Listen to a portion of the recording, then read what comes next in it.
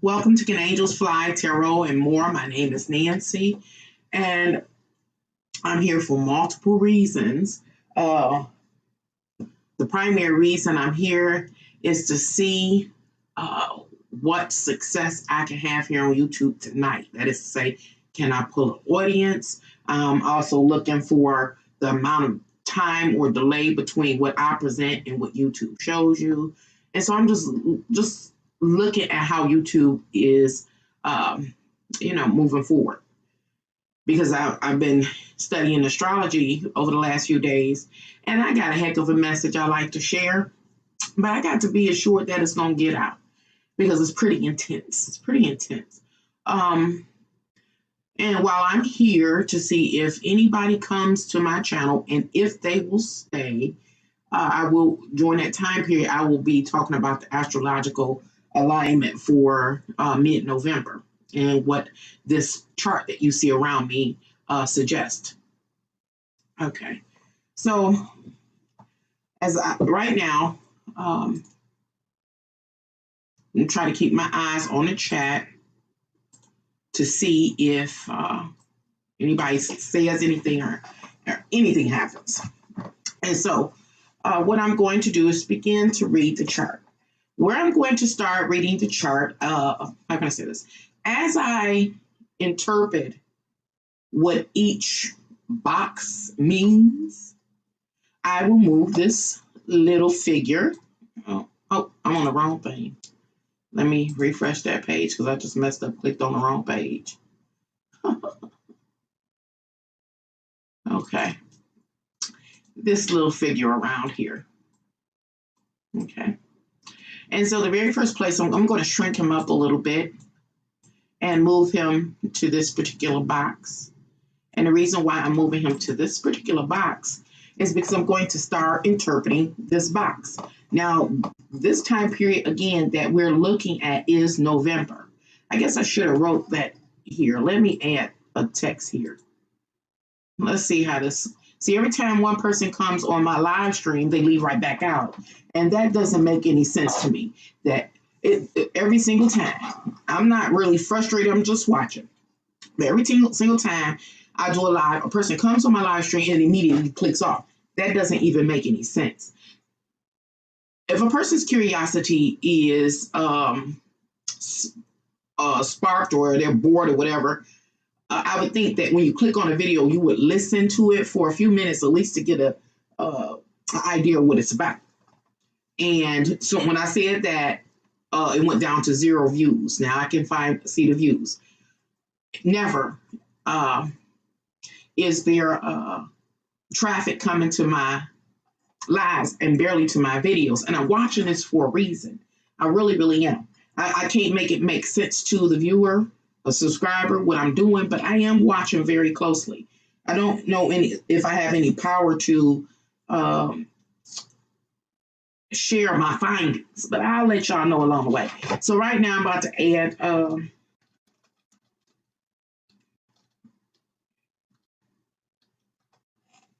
the time period that this particular chart covers. Let's see. No, that's not what I had there. What did I have here? Is this what yeah, I got that. So I'm going to use that again. All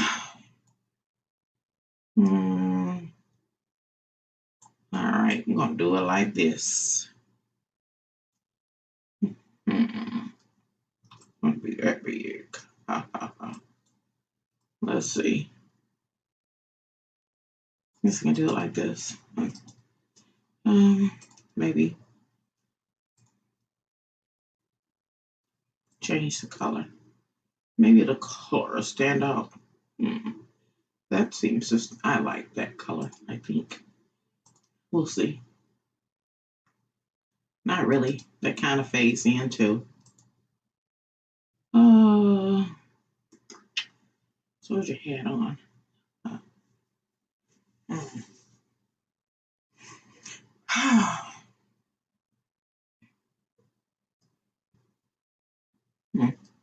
Try that.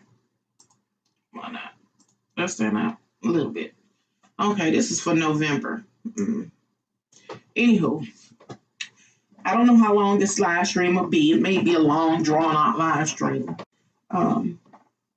In this particular live stream, or the content that I offer during this live stream, is going to be relative, probably most likely, to the next few videos that I make, whatever they may be titled. When I began to, or once I studied this particular chart, I had to do a lot of research. Whenever I really get a message, it's a lot of research that I have to put in to get clarity on what I'm reading here on this chart. And so that's what I'm going to do at this time. So, as mentioned, this soldier here, this figure here, I will be moving around the chart to identify,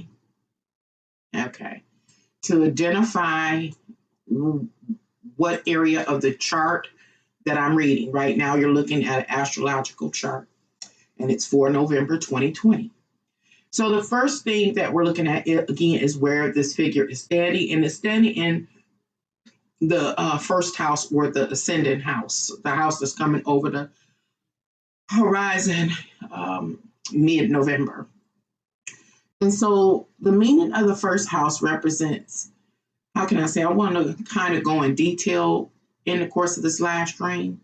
This is for those that really want to know what's going on. All my work is for that purpose. Anywho, let's talk about the first house and what it means. Let me stop. Why am I going to go through all of this defining what a particular space means? It is because many of you may not study astrology or know it in detail. And so this is to inform, teach how an astrologer studies these astrological alignments to see what the energies suggest will be taking place. So, as mentioned, this particular video, this content, is just one part of multiple parts. This is one video. There will be other videos that follow to go into more detail, because this is a really interesting chart to me. And it's interesting to me. All the charts that are really interesting to me are charts that, once I get the information, interpret these little cells around me, I can go into real-time life and find out the information to expand upon what I see here. Okay, so back to where the little figure is. I think he's over here. He is in the first house, which is actually the ascendant. The ascendant represents what has happened thus far in the history of humanity. That's what it means, thus far. And how do I really know that's the case? Well, the sign that is present in the same box is AQ. And AQ is an abbreviation for the zodiac sign Aquarius. The zodiac sign Aquarius is a representative of each individual, me, you, and every individual that creates humanity at any given time. Aquarius represents how each of us co-contribute to the creation of our reality at any given time. That is to say, what you bring to the table. It is us, humanity, working collectively to create our reality. I'm saying it in different ways, hopefully to make it make sense. So, the first house, where the figure stands, represents all of the past experiences that humanity has moved through. I can say, to try to make it make sense, from the beginning of time, from the moment Adam and Eve were created, as an example, since then, everything we've ever done And as a direct result of everything we've ever done, it has been determined, predetermined, for certain future events to take place. I did a video. Hopefully I can recall the name of some videos that I have made as I move through this this live. I made a video called, what was the name of that video? Creating the future, creating something out of nothing. I'm going to refer you to as many videos as I have made that go in detail about the various alignments here that I'll be describing. And so you can always go to my homepage and type in a title that I give you to understand in depth what I'm talking about. And you will be doing some real live research. I'll tell you that much. So for this first house, the video I refer you to is called Creating Something Out of Nothing. I'm not going to go into any more detail about it. Anywho, this first house, Aquarius, talks about humanity and what we have done and where we are going. It talks about humanity as far as our collective consciousness and who we are, you know, how the majority are, the mindset of the majority, the behavior of the majority, the state of consciousness and awareness of the majority of the people that occupy this world at this time that this alignment is taking place. It says that there is a set life experiences that are due to unfold because of our past.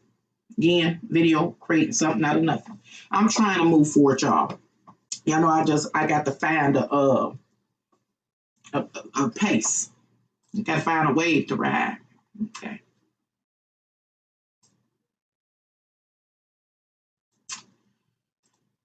Okay. Let me finish because I do want to go in more detail. Aquarius. Aquarius is ruled by a planet Saturn, and it's also ruled by the planet Uranus, co-ruled by the planet Uranus. We've talked about this before, but let's talk about it now. Now, Uranus suggests that there are going to be sudden events that occur. It's the Tower card. And these events that occur can be very shocking. We act like we don't know where they come from. And so that's why I referred you to the video I made called Creating Something Out of Nothing. Because it informs us, that video informs us of how these events come into being. And therefore, we shouldn't be shocked when certain events pop up in our, in our timeline. So Uranus lets us know that. Uranus also lets us know that we're in a period in which science, engineering, and technology, our advancements in those fields are being implemented. When I talk about it, I'm talking about Aquarius, the sign of Aquarius, still where the figure is standing. It lets us know that because we have reached a certain level of comprehension and capability in like science, engineering, and technology, the possibility of us going or reaching a certain destination is now possible. And I'll try to make that make sense. My kids say I'll be talking over their head, and I want everybody to understand what I'm saying when I say it. Because we now know how to Oh, I'll give you an example from the past. There was a time period that polio was wreaking havoc on the world's population. Over time, we advanced in science, engineering, and technology, and we got a cure for polio. And if I'm not mistaken, of course, polio exists. So I want to say things right. It's very hard for me to say it right because there's so much to be said. But it's basically eradicated if we do what we know to do as far as hygiene and staying out of dirty water, whatever the case may be, the immunization, polio basically has been eradicated. That is an example of how we at one time we technologically advanced. And so right now we're in this stage where we have technologically advanced in what science, engineering, and technology. And so we can presume that there are certain places or experiences we're going to have because of that.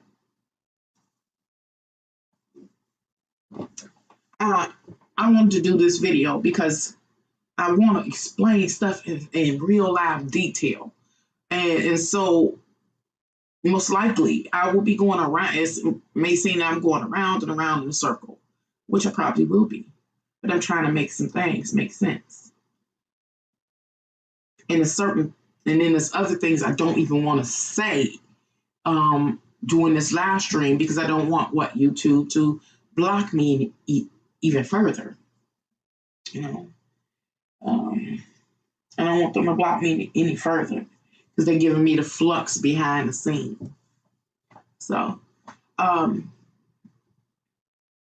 Aquarius, still dealing with the same sail or box or square with a little figure standing. I'm still talking about it. Now, Aquarius, remember, represents each individual that creates humanity at any given time. So the time period is right now, 2020, right here, right now. In astrology, Aquarius house is the 11th house. And the 11th house represents how we are, when I say we, I'm talking about the world's population, are broken up into different categories, different type of categories. So it's so complicated. It's complicated because I'm trying to deal with different levels of our existence at the same time. See, we need to be able to perceive broader than we do in our mundane life. Try to make it make sense. Still dealing with Aquarius and where this little figure is standing, and now about to talk about how we are we're categorized, we are organized. The world's population is organized. Anywho, Aquarius house is the 11th house. The 11th house represents organization, groups, how can I say it? Organization, groups, affiliations. It's deeper than most people pay attention to. This is going to be a long live stream intentionally. Just trying to lay back and ride away. Organizations. Across this globe, what organizations exist? And not only what organizations, groups, clubs that one could be affiliated with, which exist, what are their missions? You've heard of a mission statement. What are their missions? What is their purpose for even existing? It's always a problem with my live. Any excuse. They know where we're going. All the all of the, they call it, algorithms can gather information. I'm sidebar now, y'all. Can gather information and understand where a person is going. So I understand clearly why my channel is totally 100% shadow banned. Anywho, back to what I was talking about, the 11th house. One of the first ways that I can think how this world is divided into sections or organized, still talking about this same cell over here, the box with the little figure in it, is by continent and cultures and races and nationality. I covered this subject matter in a video I made called Culture. No, it was called You Should Join a Cult. You should join a cult. So I'm referring you to another video to get an understanding about what this first box really means. You should join a cult. Not only are we divided by the land masses that we live on, by our nationalities and cultures, it goes on, even down into our mundane life. We are organized or separated by the books that we maybe like, or our hobbies that we like to partake in, like having a book club, a bike club. We have UAW halls, different organizations. Some are benign entities, institutions, organizations, or groups. Then there are other organization groups, whatever you call it, that are more socially influential, like political blocs, I think it's called.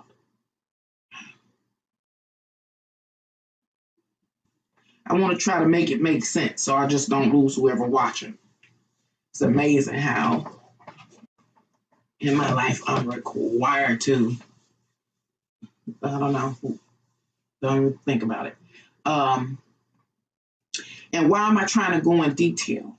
Because I need to, in order to understand what the astrological energies are suggesting, alignments are suggesting, or pointing to, or spotlighting in the month of November, one has to get to this place where they can identify a particular level of organization. And in all of these different organizations, cults, clubs, groups, which hold the power to make a change in the world. Again, I refer you to the video I made called You Should Join a Cult. That video will make what I'm saying right now make so much more sense. Well, I think that a book club that a person belongs to is not an organization. What are you talking about? And I'm live. I ain't got none. Or you spent it. Lord. Anyway.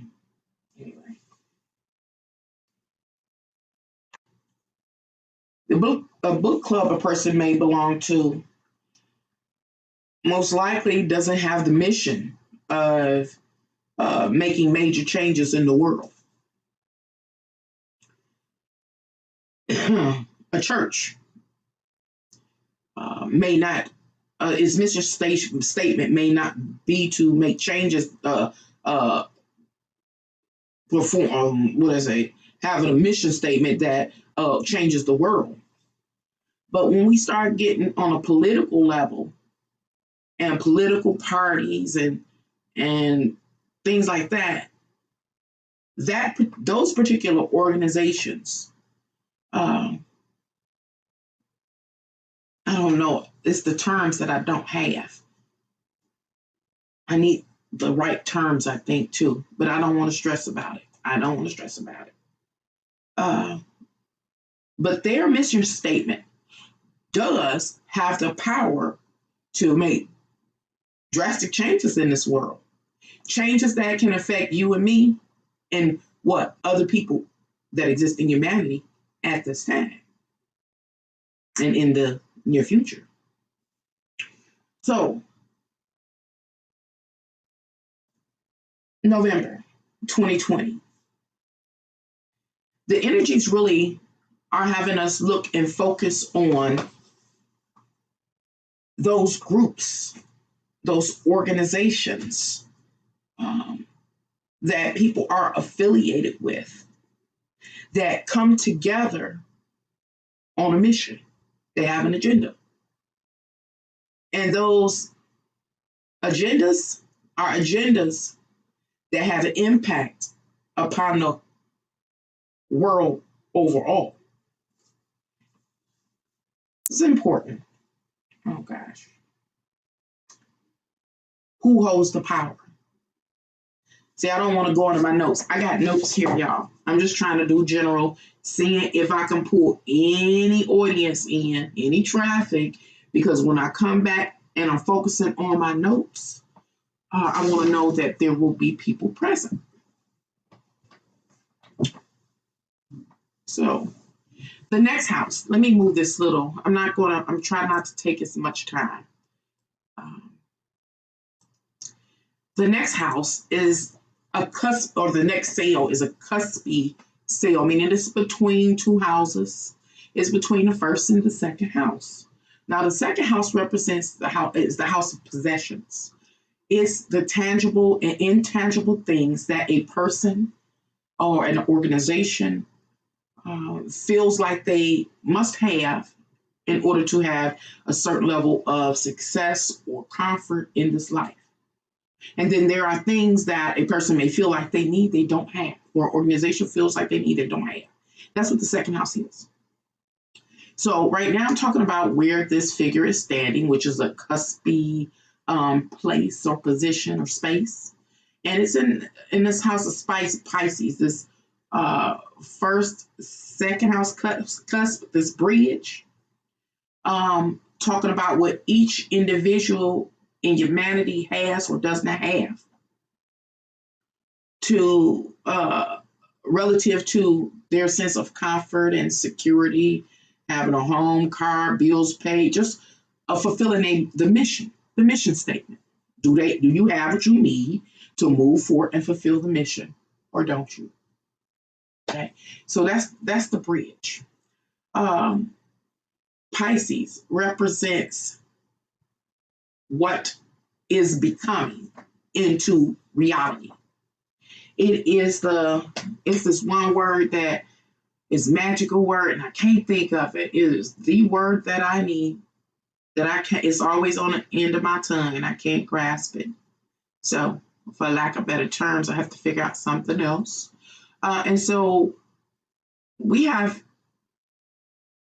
each individual in humanity with a focus on those that are affiliated with an organization or some large social network that has a mission. And depending on, how can I say this? Who holds the power determines how our reality begins to unfold.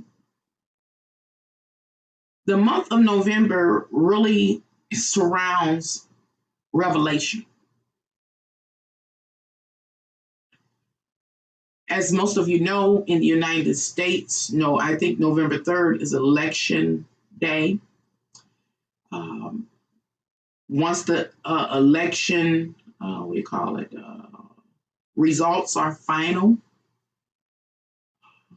the United States citizens, the world will know who the president will be. We'll know who the vice president will be. We are going to know who sits on the Supreme Court seats. We'll know in our local area what proposals pass or do not pass. And therefore, we will know how our laws are amended or changed. We will know who runs our school boards. We'll know who sits on the various district court seats on a more local level. These are the things that we will know. Again, the month of November is a month of revelation. Once we know who's playing all of these political roles, I'll say, and how did I jump from trying to explain this astrological energy into politics, is because one of the most influential organizations is the government. That is an organization, is what I've been trying to say all this time when I was talking about this house right here, first house of Aquarius. So back to this bridge about if we have what we need or not. Let me try to talk a little bit more in detail about what I mean by that. I can use the example of a person being a part of a book club. What is the mission of this imaginary book club? Well, the mission is to read a book or a particular book or a particular volume of books. That's the extent of our imaginary book club's mission. But it doesn't have an impact per se, a profound impact on the world or life. Remember, there are so many groups. I ask you to go find my video, go to my homepage, type in "You Should Belong to a Cult" and watch that, because it makes everything make sense. Certain things I just don't want to say, but I don't have a choice, because this is going to be chopped up, and this is not the video that I really want to talk in detail about what I'm finding in reality, not just in astrology, because I know a lot of people say, oh, this is pseudoscience, can't believe it. You got to know how to do it to understand it. Anywho, talking about these groups, different levels, organizations, group, clubs, you have alliances with, be affiliated with, just these various, again, organizations. I end up going to the political because that is a very influential, or the government, because that is the most influential group or club. I know you're like, that is not a group or club. Yes, it is.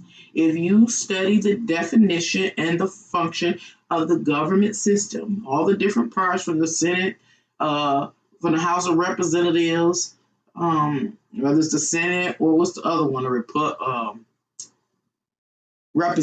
the representatives? I be forgetting, y'all. That's another thing that be making me look nuts. I forget, but I know what I'm talking about. Just every department that creates our overall government is an example of a club. And it is a club that is influential. It is powerful, meaning it has the capability, it has all the power to impact the world's population or United States population's lives. And so this Pisces energy, where you see my little figure standing, represents what any particular group is capable of doing. Some groups don't have any, power really to speak on. As a matter of fact, their agenda doesn't go outside their own entertainment like a book club. But then there are groups, there are organizations that when they come together and they do move on their mission, it changes people's reality. Okay, I'm gonna try to make this make sense a little bit. Okay, a little bit, y'all, a little bit. I'm up in the wee hours of the night as usual. Let me see if I can just lay the foundation. And so we're going to go around. Let me see if I can get this little thing. Now I've moved my figure once again. Remember, we're dealing with November 2020 astrological energies, and what they are suggesting to us will be spotlighted. November is a month of revelation. We will realize our potential future based on what party, to my political, this is just an example because this is the most important the most important event in reality. Right now, just kind of rambling. Another complication that I face when I'm trying to do these different readings live is that I know that people that watch my work want to know about their own personal life. But when dealing with astrology, it's bigger than you. Still sidebar. I just did a live stream about, what was that about? I was complaining it was an Aquarius rambling rant. It's called The Haunting of an Aquarius Psyche. And in that video, I was talking about how I asked God, I said, hey, God, when do I get any benefits for the works I did in my life? And I told you in that video, I told whoever viewed it, in the video, I heard it's not for you. You know, go watch that video to understand what I'm saying. He says it's not for you. And the reason why I bring that video up is because, oh God, I forgot. I'm going somewhere with it. If you just be patient. Ride the wave with me if you will. Jumping all over the place. What is this video possibly good for? Well, if you're like me, you might not really know who to vote for. And I'm not here to tell you who to vote for at all. But this video may make it more clear based on what I understand. What I'm going to share here, what's at stake and what's really taking place. What I deal with, and I always have been dealing with here on this channel, are things that we take for granted. We overlook them. We're very short-sighted. And the crazy thing that exists is that there's nothing that has been in our lives ever. I'm talking about in the past, whoever was alive in the past. There's nothing in our lives that was simple. Really wasn't. It required for a person, every individual, to be proactive in their existence. And over time, we were engineered to be detached from what has been taking place in our reality. We take everything for granted. And I'm going to find a statement for that to sum that up. Hopefully it made sense. So maybe back to the astrological energy where the little figure is. Back to politics, back to this, our reality, what will really be taking place. Man, I don't want to say, I just don't, but I don't want to talk about certain things. I'm rambling all over the place. So there's certain things I don't want to talk about. I would like to talk about in more detail, hopefully professionally at a later date. But then there's certain things I can't even read this, interpret this box to show you the initial layout it offers for a person to go research.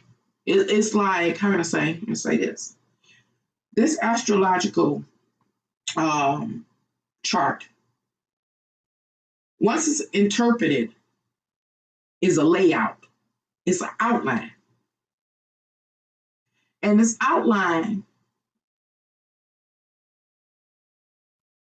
gives a person what they need to go look in the real world and find the reality,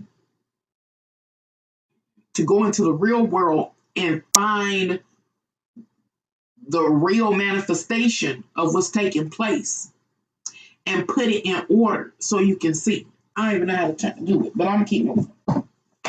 November, the month of revelation. So we know based on whoever is selected. Oh, in the United States. Okay, this is what I was gonna say. Okay, we know this is a whole world, and this world is composed of more than just the United States. This is another complication. We have covered, I don't even know which video, I covered the continents. I think it might be the cultural one as well. You should join a cult. It's what, about 7 continents, I think? It's seven continents, not 9, 7, I think. 7 continents. The United States is just one, well, North America is just one part of this earth.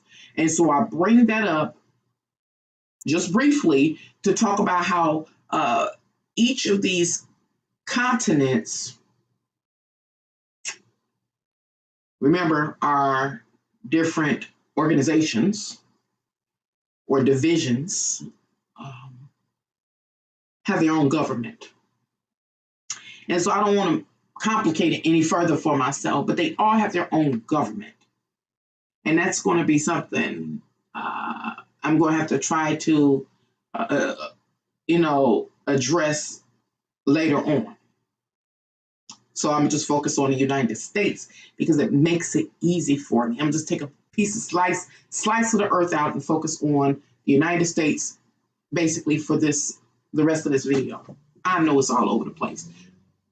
Thank you for being patient with me. So now we have this figure standing here in the second house.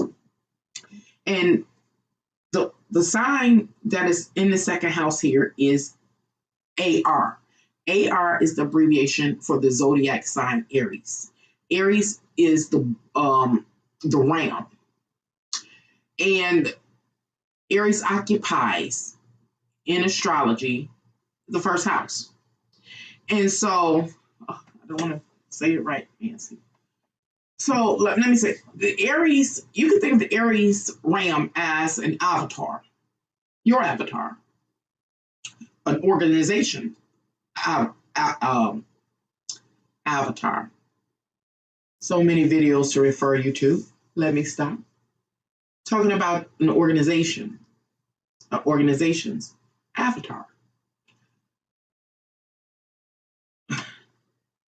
Complexity.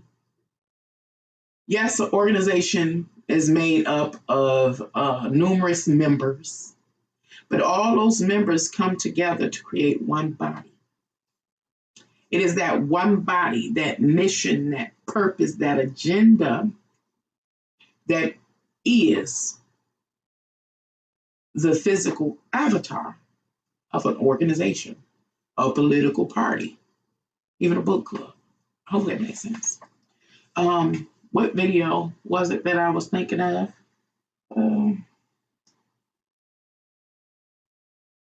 It's so much. And this is what aggravates me. The powers that be and have been know the complexity of what I'm attempting to do here on my channel. They know it's complex, and they know that it's so complex, it takes a lot of focus and dedication.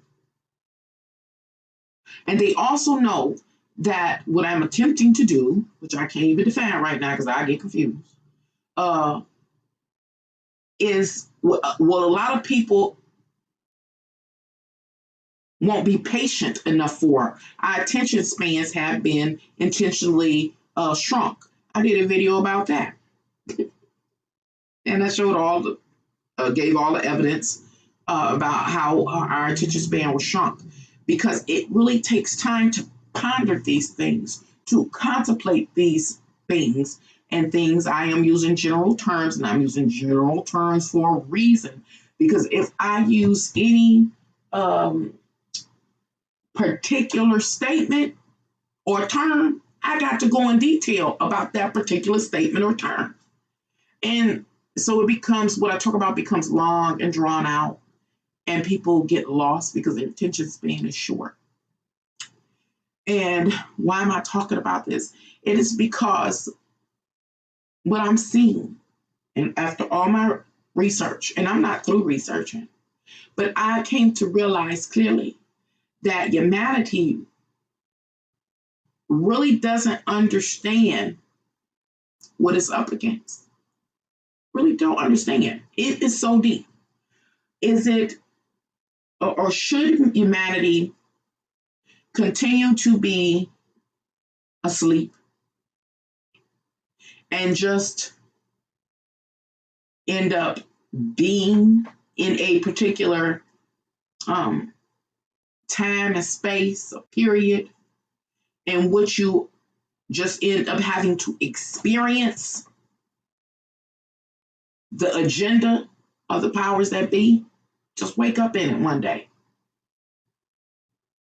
Should we ignore it for our sanity, so we can keep having a false sense of security? You know, those kind of things. Should we ignore? Should a person like me ignore it? Should I? Should I not speak about it and allow people to stay again asleep until you literally, I'm all over the place, y'all. This is an Aquarius rant too. Wake up in a scenario that exists for what do you call it? Generations.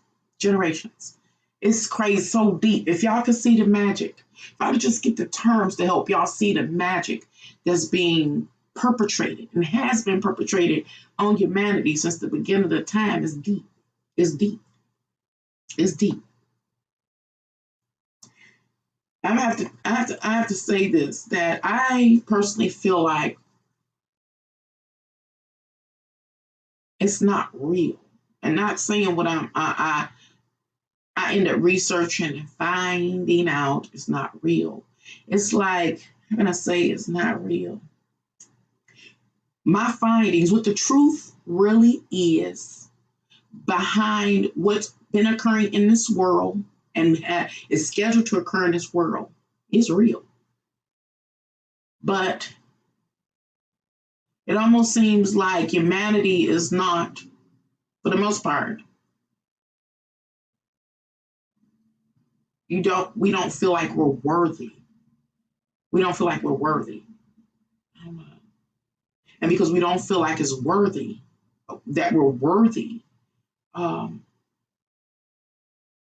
it's not real. I don't know how to explain it. I don't know how to explain it.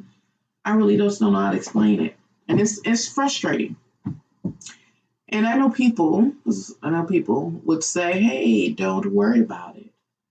But it's real. That's the part that's frustrating. All of this is real and nobody cares. And that's something that I'm gonna have to sit and truly get the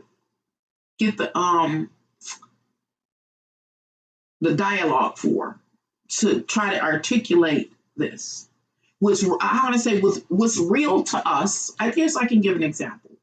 And so, y'all, I'm not dealing with the astrological chart right now. Sidebar. What's real to us is if we are in a relationship or not, and what that consists of. What's real to us is if we're in a really great relationship, if we harmonizing with whomever we're in a relationship with. What's real to us is if we're in a relationship and a person is lying and cheating and stealing from us and how we feel. What's real to us is possibly the competition that we get in when love is triangulated. That's real to us. What's real to us is that most of us have to get up and go to work 40, 50, 60 hours a week. That's real to us. What's real to us is whatever is taking place amongst our employer and the coworkers. Our coworkers. That's real to us. The drama that exists at work, whatever you're getting paid, that's reality. If it's you getting paid minimum wage, whatever kind of life that a lot you, that's real. Or if you getting paid more and you're able to boss up, that's real to us.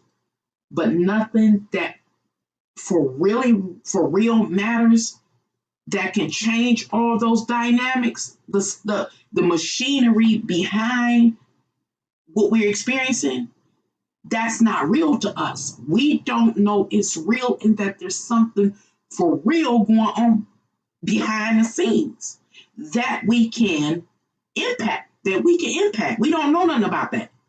We have been engineered to only acknowledge and pay attention to and feel and comprehend and care about that those forefront experiences I was talking about. Everything from the kids going to school or not going to school, the prices of groceries, all of these things are what we care about.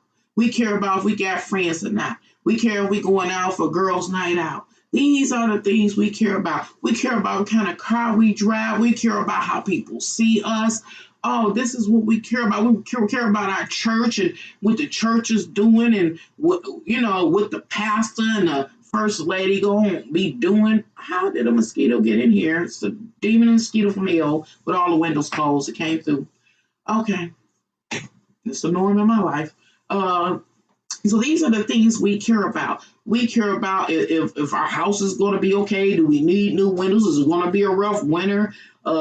We care about if we got the latest in fashion. We care about if we got which cable channel. Or I go on and on. I'm doing it intentionally. I am literally doing that intentionally, I'm not slow.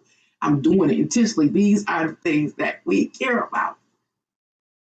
And we claim that we want things to change. All the things that we care about, what I'm saying are, no matter how intense what we care about, no matter how intense it may be, it's still superficial in comparison to what really matters and what is going on behind the scenes. What is going on behind the scenes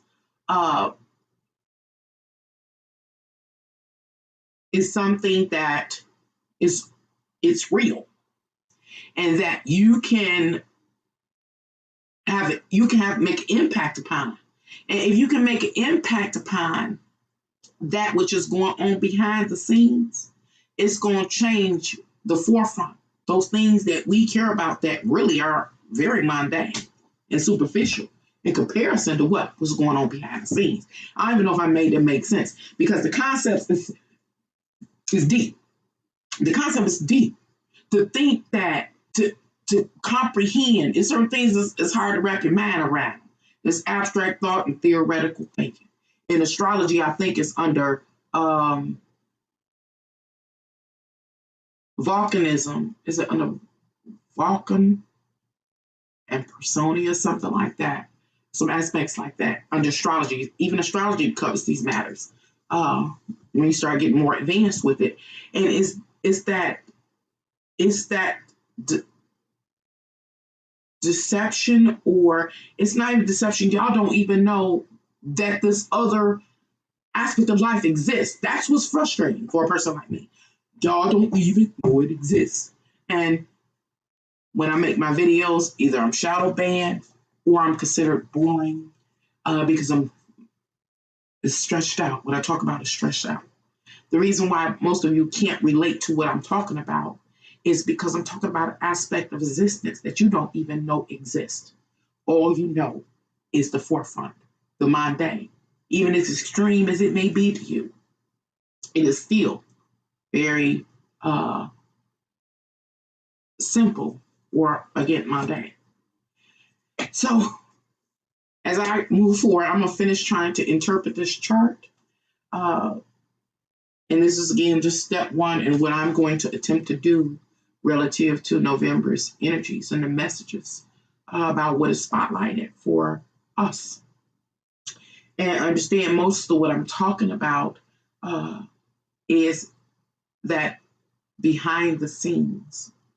Let me stop because there's another complexity that exists. And the complexity is when I use the term behind the scenes. I'm not just simply talking about behind the scenes it's not completely like what your boss could be doing behind the scenes and nobody know, or a spouse could be doing behind the scenes. It's not quite like that when I say that. It's more like, an example is more like a computer as an example. You have the front screen, like in terminology, the front screen or the window screen. That's what we're dealing with. When I talk about all we concerned about is if we in love, if we're not, kids in school, making this money, problems at work, whatever. That's the Windows front screen. When I'm saying behind the scenes, I'm talking about what allows us to see the screens or the screensavers that we see on our computer. What allows that? It just ain't there for no reason. Not there for no reason. There's something going on behind the scenes. And that which is going behind the scenes is what? Very complex. Very complex. Every pixel had to be programmed.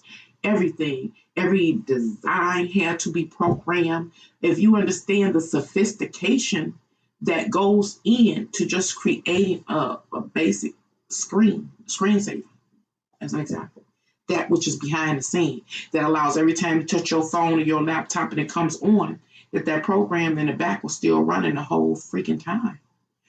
That's what is something that is more like that which is going on for humanity. And we are being born, we're living our lives, and we are dying, and we are really not. We're really not living. Number one, we're really not living, and number two, we are. I know y'all have heard this at some point in time.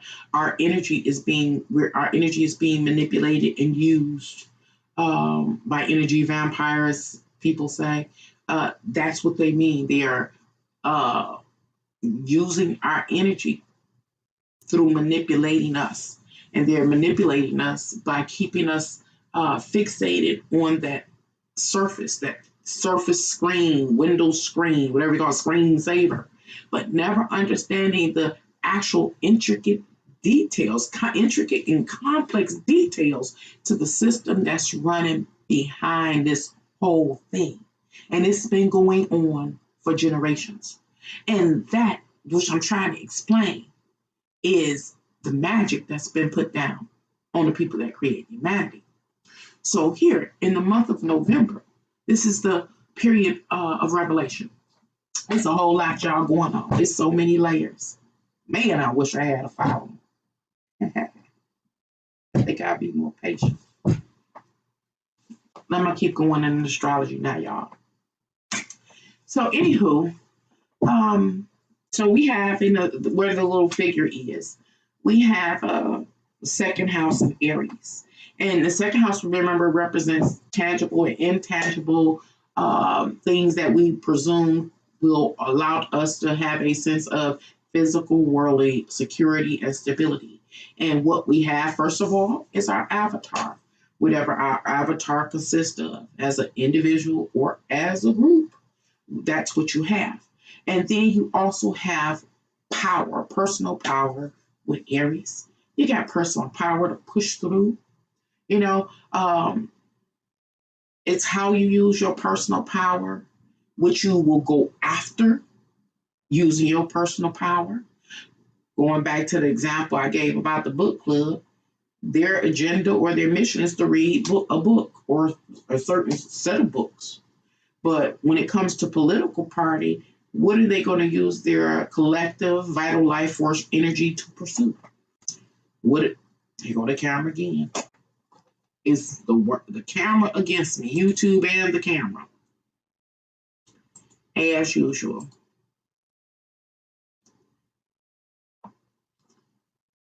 I turn all focus off. Okay. It is very, very disappointing. It is very disappointing. It is very, very, very disappointing. This can't be real. This cannot be real.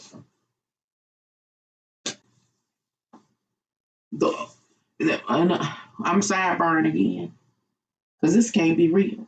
And what I'm talking about is people being present in the moment, being present in the moment.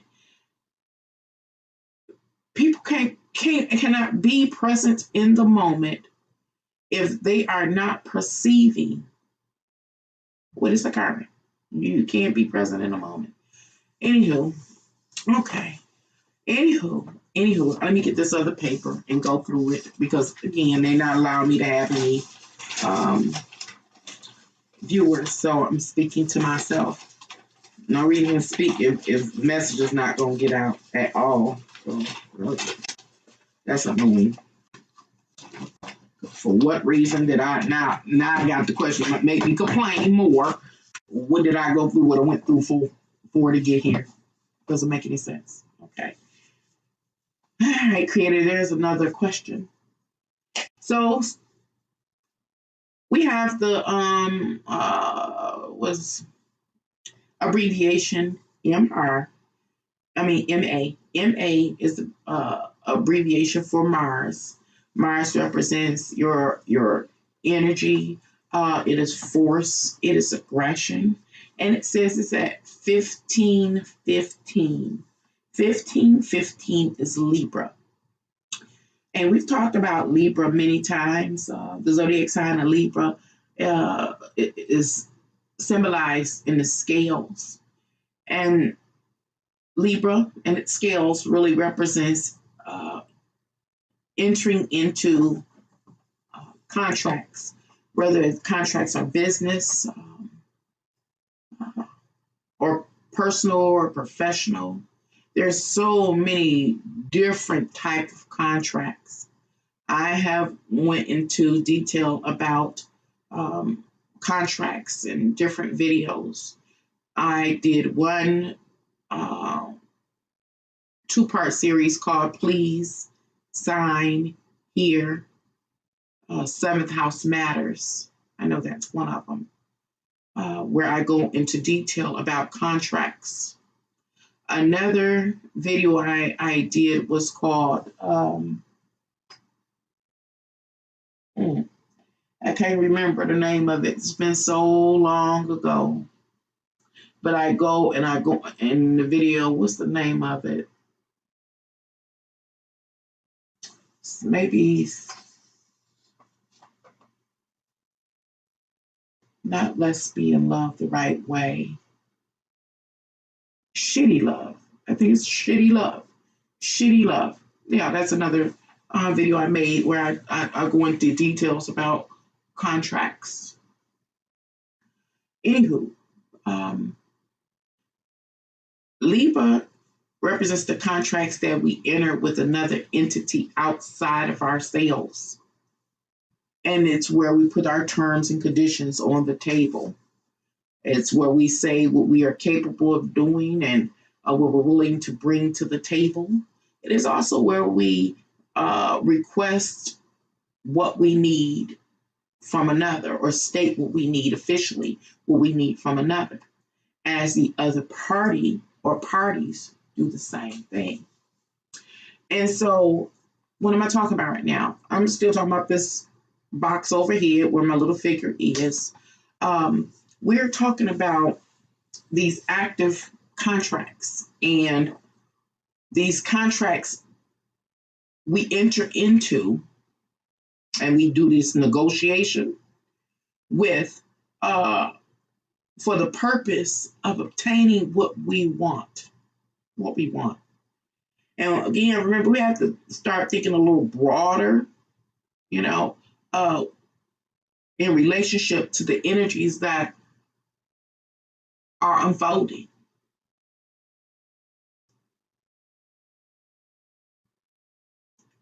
oh no, are unfolding.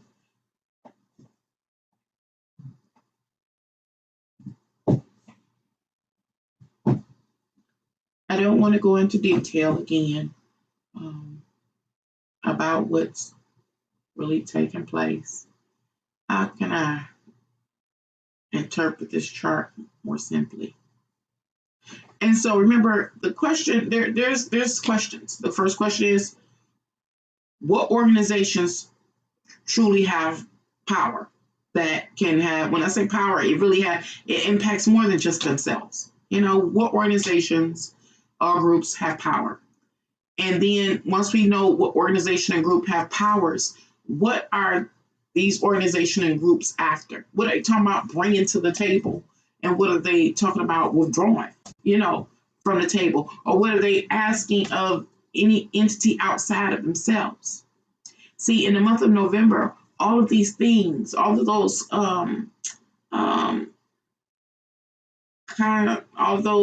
things will be realized. Remember, it's the month of revelation. The next house, I'm going to just move to the next house, come back and do another video, see how many views I get on this, how long I've been on here. Hour and 17 minutes rambling, it's okay. It's for a purpose. It's for a purpose. Stay focused on the mission. The next house that my little figure moved in is the third. It's a third, fourth house, another bridged energy. And the third house represents our reality and just how comfortable we are. It's like, have you been able to build your best life? When you at home, are you in a comfortable place? Have you been able to successfully build your best life? That is to say, you have a sense of emotional security and stability. You feel like you got something to, fall back on, that kind of thing. And Taurus represents each of our physical, worldly wants, our needs, our desires, our ability to move to pacify our urges and desires, those things. Have you been able to acquire those things or not? Complexity is that I am trying to read interpret this on with a more of a broader focus. When I say broader focus, I mean more than just on our own personal little intimate lives, where on an individual basis, we really not impacting much of nothing. But when you move up socially, like belonging to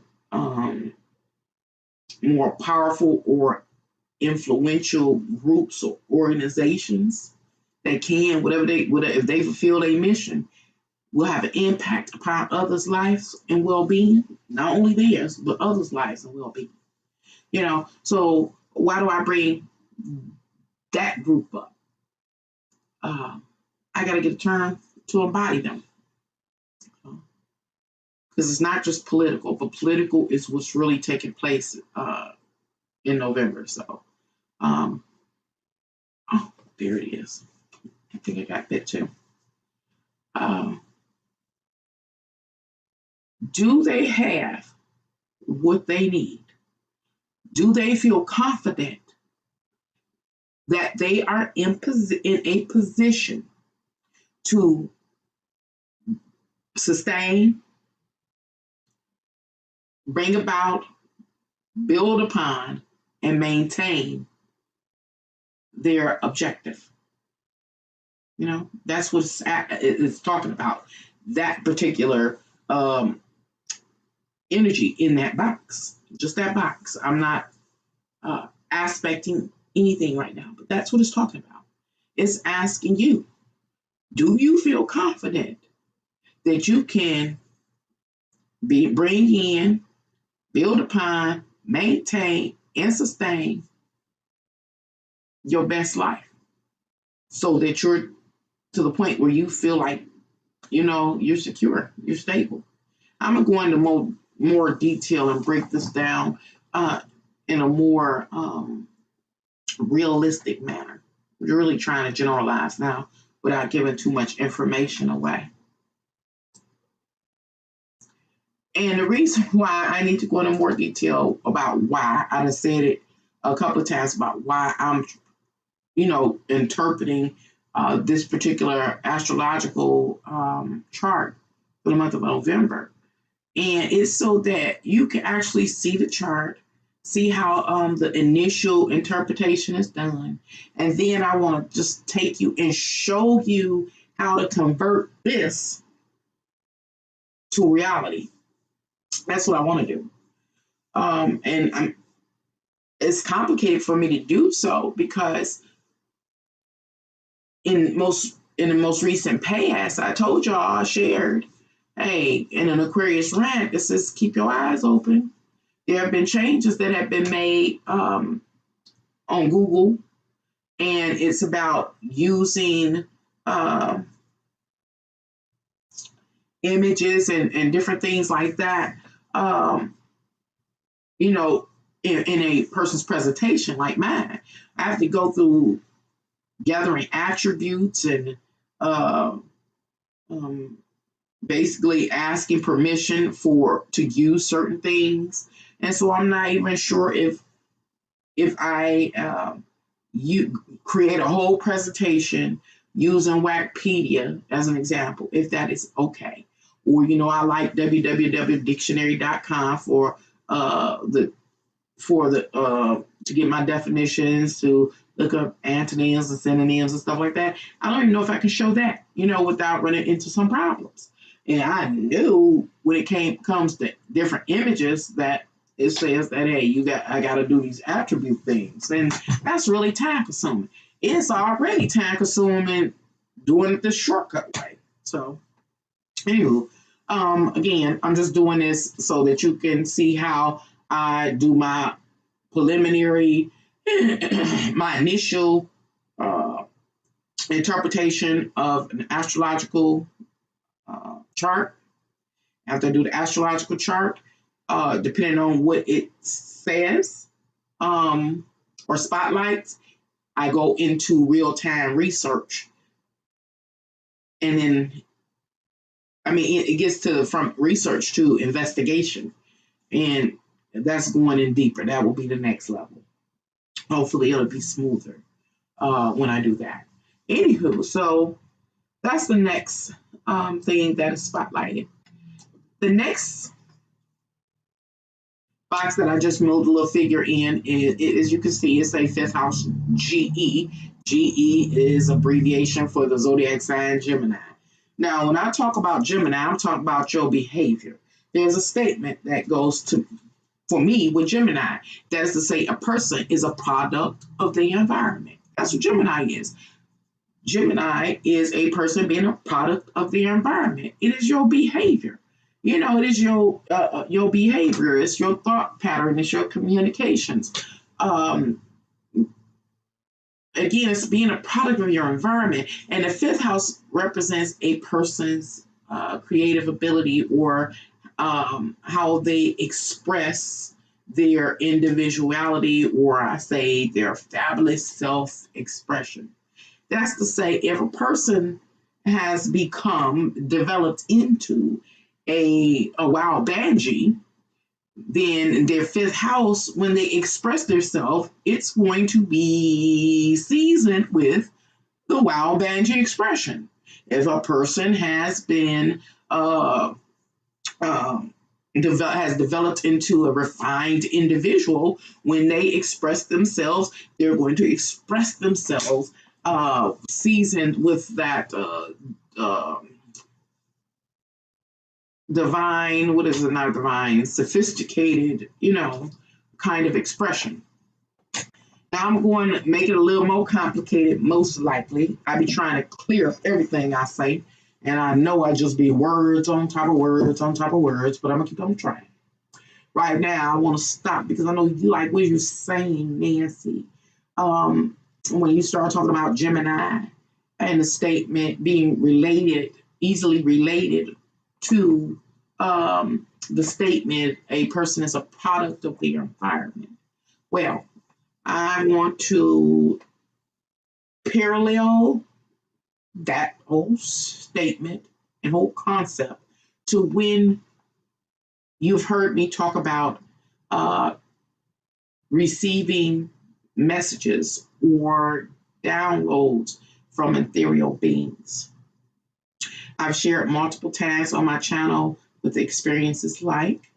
I just referred viewers to a video I made some time ago, a couple of years ago, called Channeling, where I go into detail about communication with ethereal beings.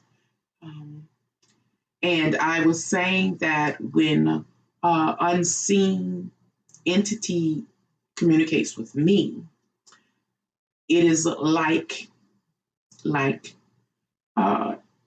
hearing but one word. An example of the word is, like I last used, is human. The whisper from the ethereal being, human. Even though it's not said like that. You got to go find that video called Channeling to get an understanding of what I'll be talking about. So we all on the same page when I reveal this information.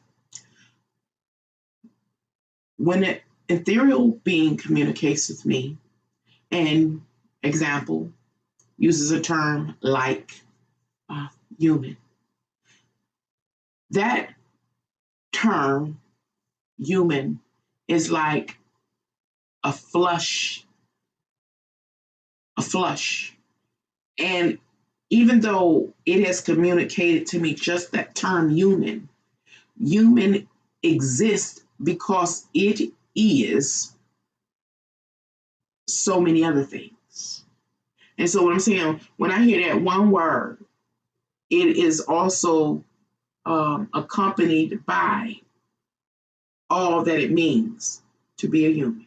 That's the information. That's how the download come in. It's a flush. It's a wave.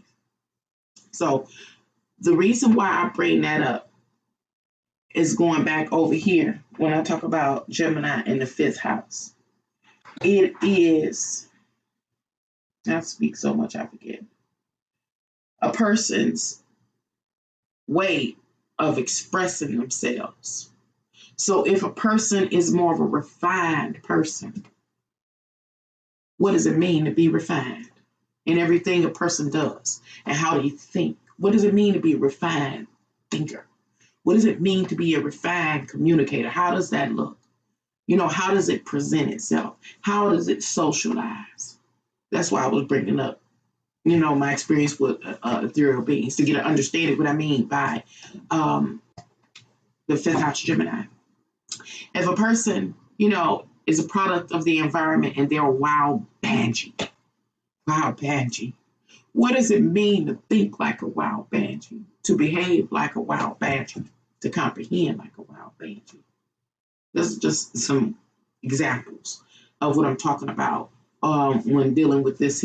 Where is that box over here where my figure is at? And what we also have in that area is the symbol, is a symbol, abbreviation RA, which is Rahu. Rahu represents an unyielding thirst, a need to advance, to progress, to succeed.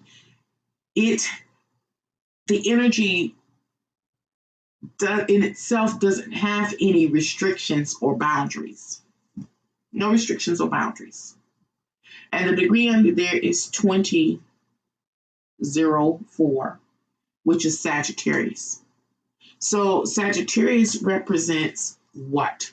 Well, Sagittarius occupies the 9th house in astrology.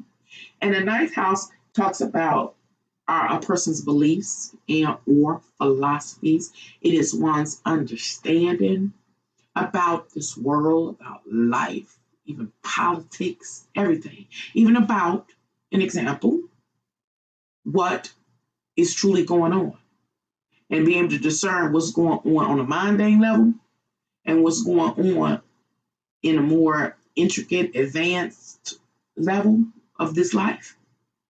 That's what Sagittarius represents. So what am I saying about this particular box up here? It's saying, okay, remember, a person is a product of their environment. If they're a refined person, what is it like to be a refined person, to think refined? And what kind of thoughts, Sagittarius, what kind of ideas or philosophies does such a person possess? What are they processing? I'm gonna give you an example, and this is an extreme example to try to make sense what I'm saying. I'm going to use the subject matter of capital punishment in justice, right? Capital punishment. That's to say, if a person if their life should be taken for a crime they've committed, capital punishment. If you had two examples, two people, one person that has a more advanced, fine, they're more, whatever we're saying, a more, I can't think of the same term. I'm trying to use the same terms. More advanced thought or more sophisticated, whatever the term I was using, thought pattern, more refined. What does it look like, again, to think refined? What on a given subject matter like capital punishment, how does a more refined, a more educated person think on that particular, subject matter? What does it look like? What would be their backing to say, I'm for or I'm not for capital punishment? However that process goes, it is totally different than the process of a wild banshee. Again, as a wild banshee, what does it mean to think and to process and to communicate and to behave as a wild banshee? And then have that same person have to deal with or think on the concept of capital punishment. What does that look like? How does that go? Does it go well? What kind of receipts for the support of capital punishment or against capital punishment would such a person produce? Okay. And these are just examples. And what I'm sharing here, I must say, as I interpret this wheel, is just a move to try to get you to see how I don't know how nobody else do it, interpret each sale. At this time, when I'm doing this, I'm not aspecting. That means not relating any particular square to the other. And it's, information. I'm not doing that. I'm just breaking down what each of these are saying. And once I get that information, I can go into reality and find reality in our real world and find the information that goes to each square. And then I can aspect it and see what's about to happen. And so that's where I've been. So anyway, I'm just setting the stage. Let's see. So we get this. And so still talking about this square in which this little shadow figure is in. It's saying that process, that very personalized process or specific process related to a particular type of person. When I say type of person, my mindset, whoever they are, how they have developed or been formulated or what's the word? Composed, can't think of it. Product of environment, how they have been developed into, formed into. It's saying that right there, that part right there, how they process it, how they go through a whole thing of processing whatever information, how they should behave relative to any given thing or stimuli outside of itself, or that understanding right there is what moves them, moves them. Another example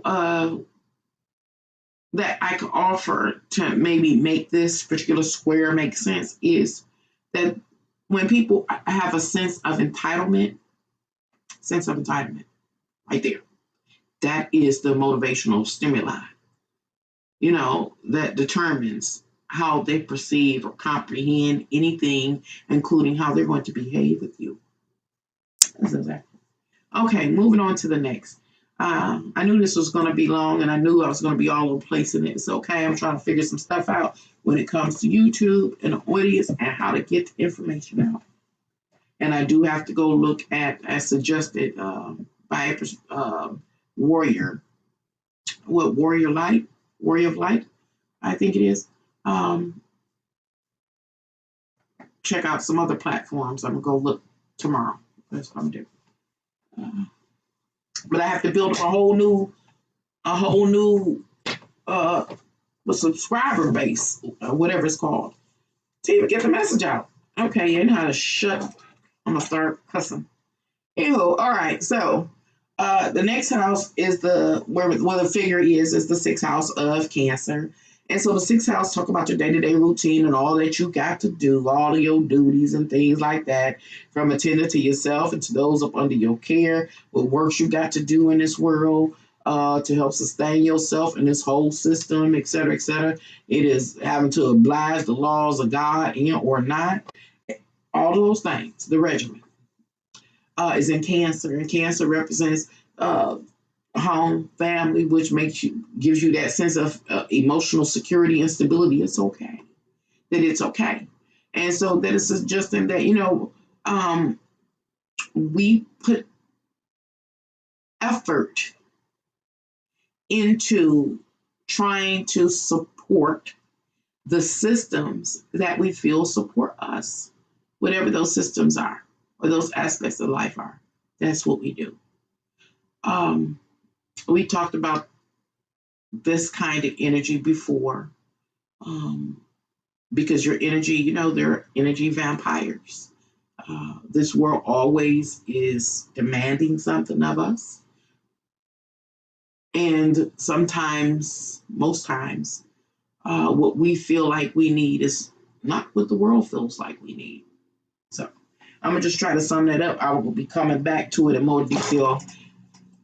Anyway, moving on to the next box is the seventh house. If my little figure will move, is Leo, seventh house Leo. And so the seventh house, remember, corresponds with the zodiac sign of Libra. And remember, when we start talking about Libra, we're talking about the social contracts we enter in with other entities outside of ourselves.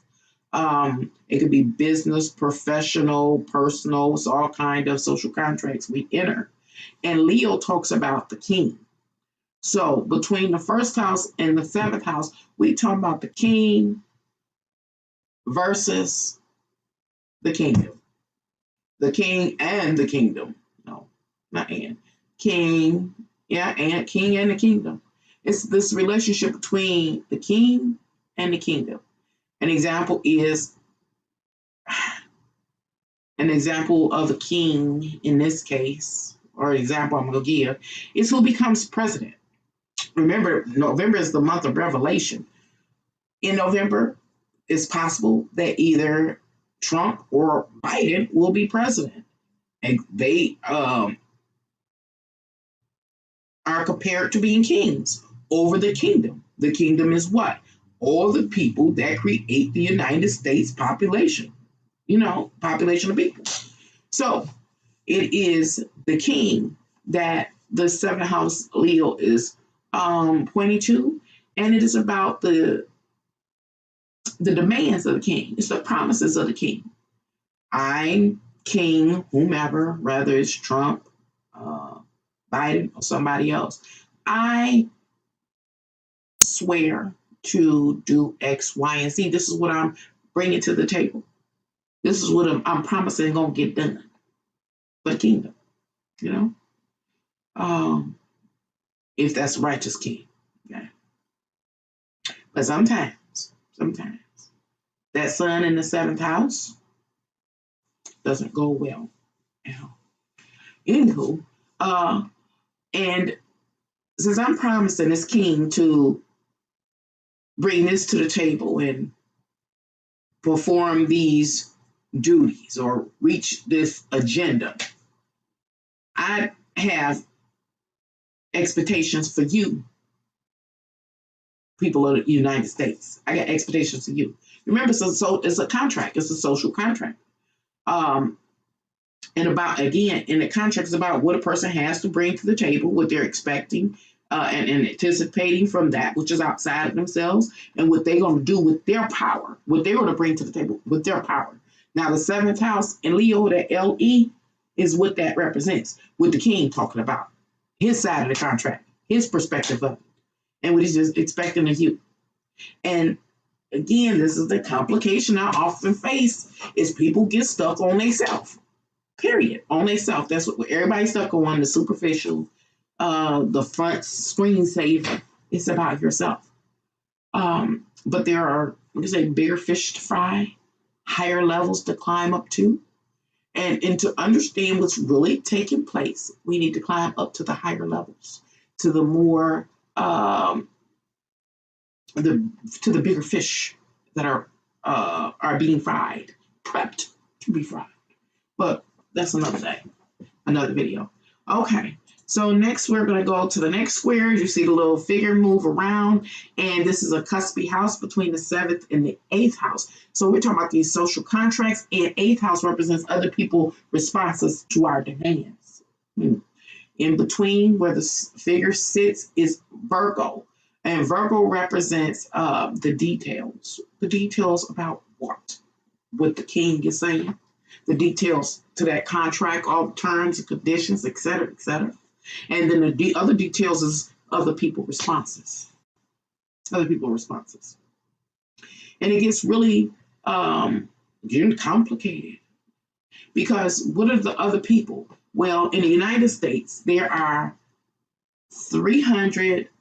estimated 331 million, I think it is people, it was a million people in the United States. So, excuse me. Where is that? Right here. I'm gonna take it here. See, my little thing jumped the gun. Right here.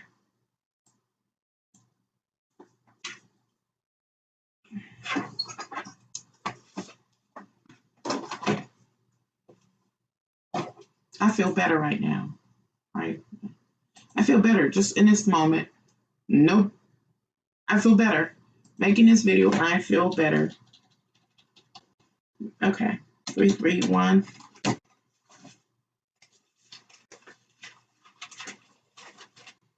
I just gotta learn how to talk into the ear. No, talk into the ear.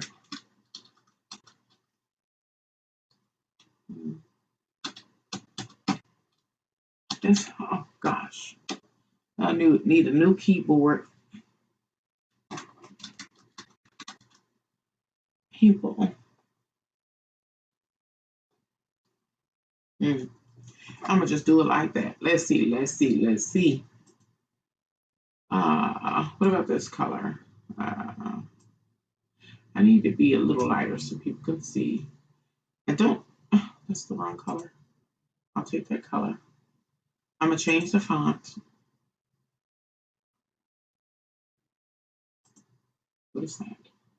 Okay, I'm gonna do that. This makes sense to me. Can't do it. Just okay. I'm gonna go here like that, like this.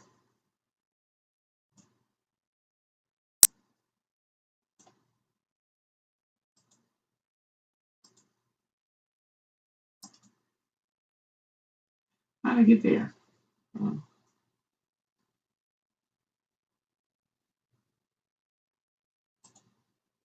Let's see.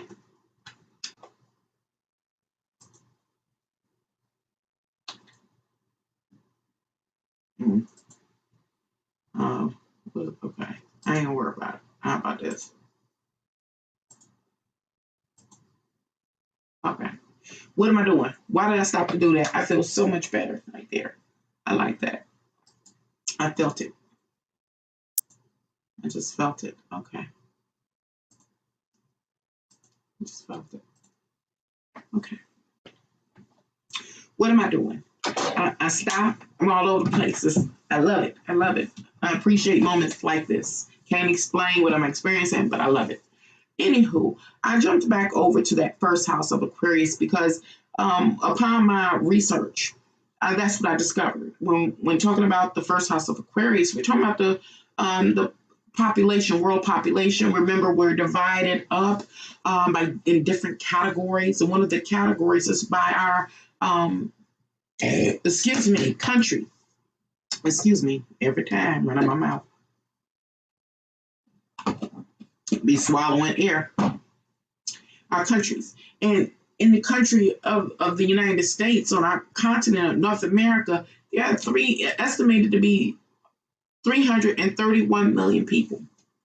So 331 million people are what we're talking about when we just focus these energies on a particular group during a particular period. Okay? So we got all them people, all these people, 300. Come on, little man. And we were over here. So what them people gonna do? You know, when we have, I got to talk about over here. Now, let me talk about over here. See, I'm starting to go. I knew I couldn't do this video any justice, and it's late in the video. And no matter how long my videos are, they never get any more views, more than 10 minutes. So I'm doing a lot of work in vain. But anyway, I'm going somewhere with this. Ride the wave, Nancy. Going back to the 7th house, Leo, talking about this king. This king. Now, this king does not stand alone. The king has a console. And that console, we've talked about a little bit of them. A little bit.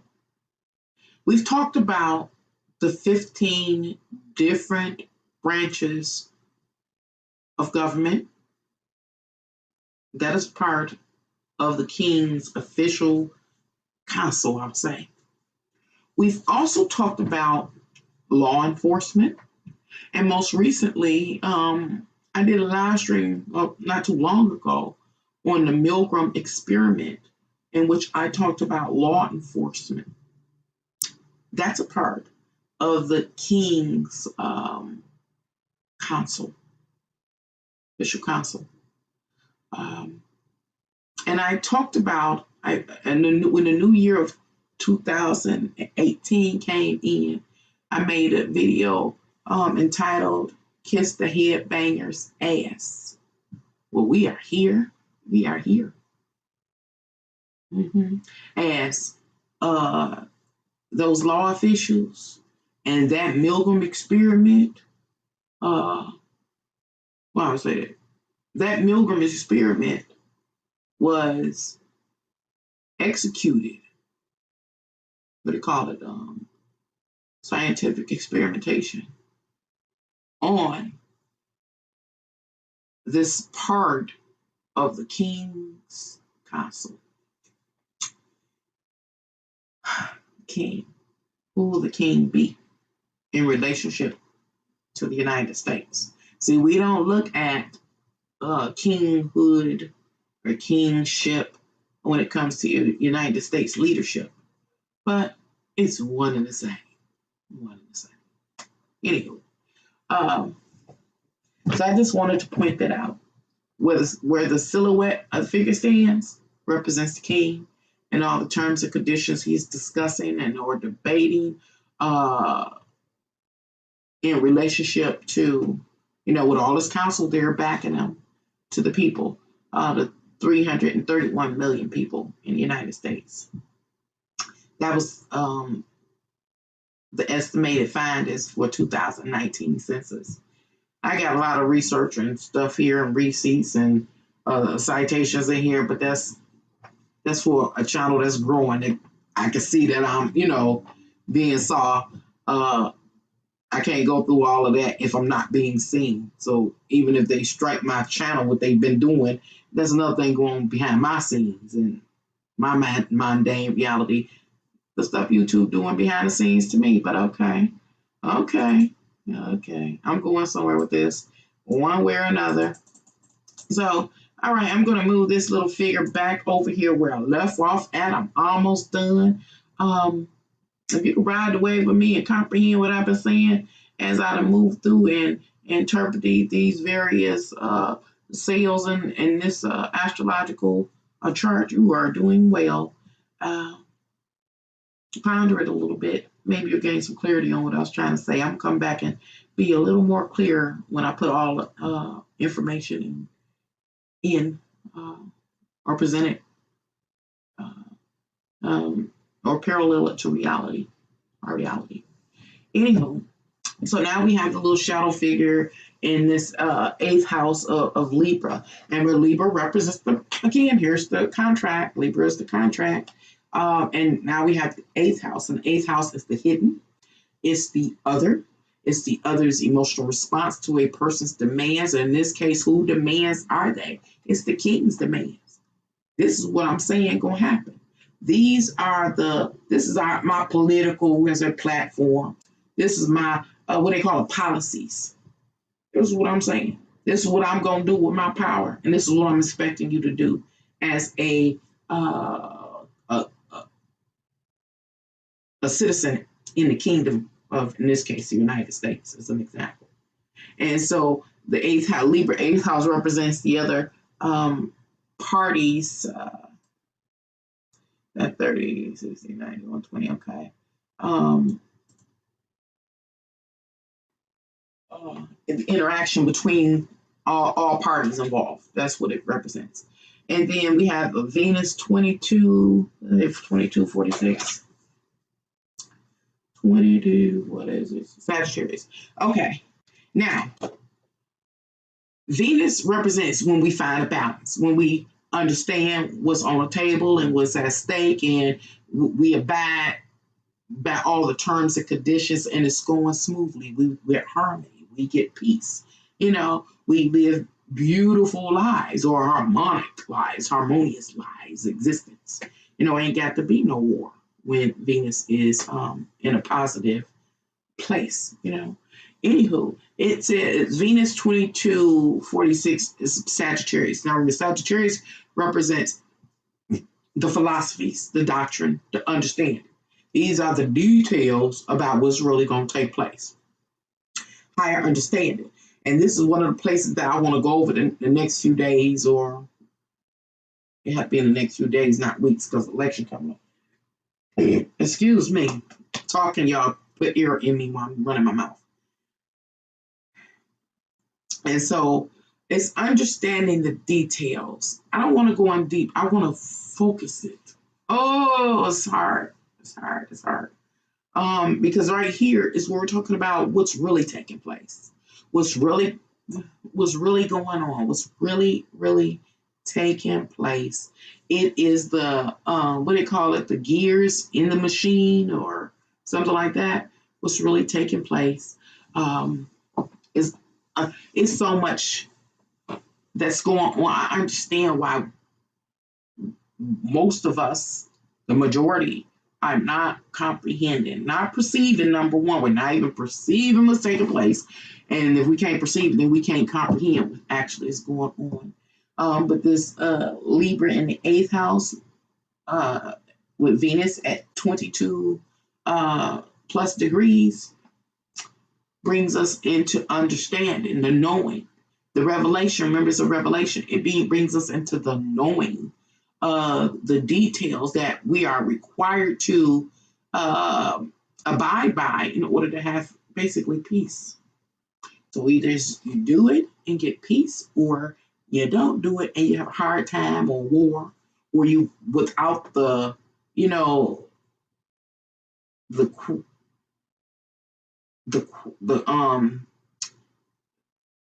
do you call it?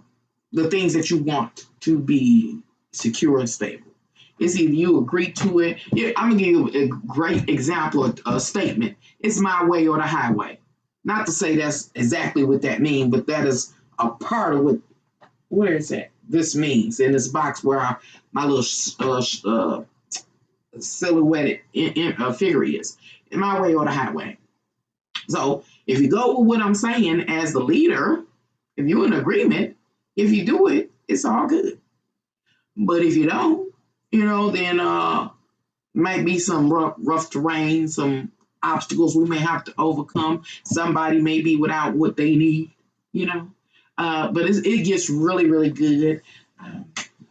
Please like, share, and if you haven't already subscribed, I know my work right here is messy. It's okay because I'm going somewhere with this. I'm trying to make it make sense, and I'm trying to help others, understand what astrologers be doing.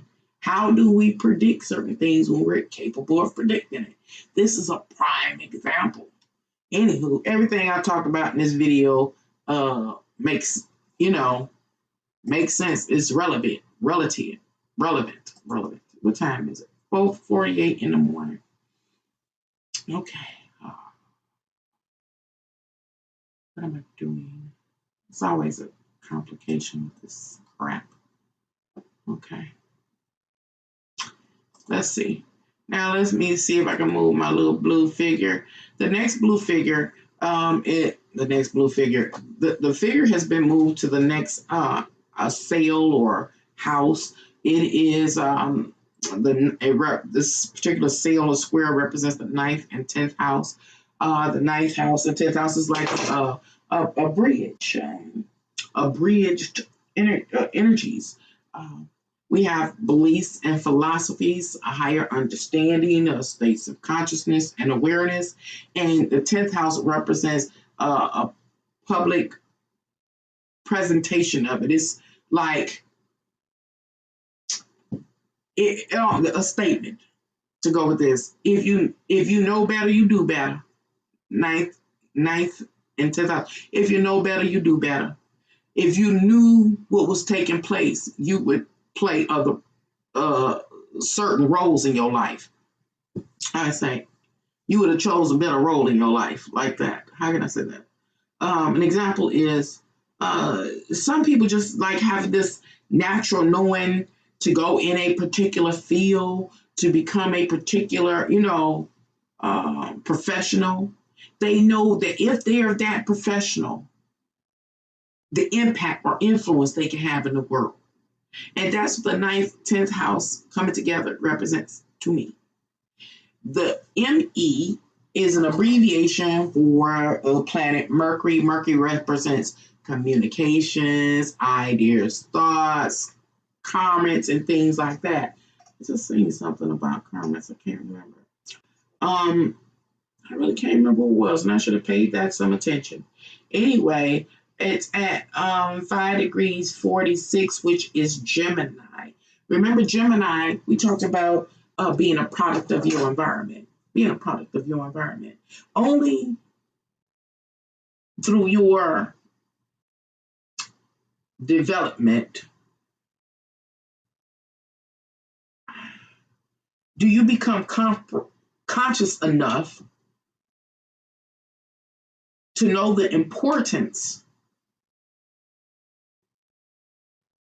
of consciously choosing a social role to play. You're a product of your environment. If you know better, you can do better.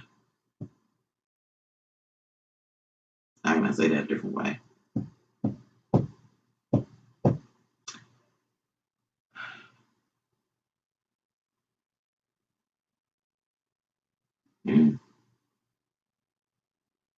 You're only as advanced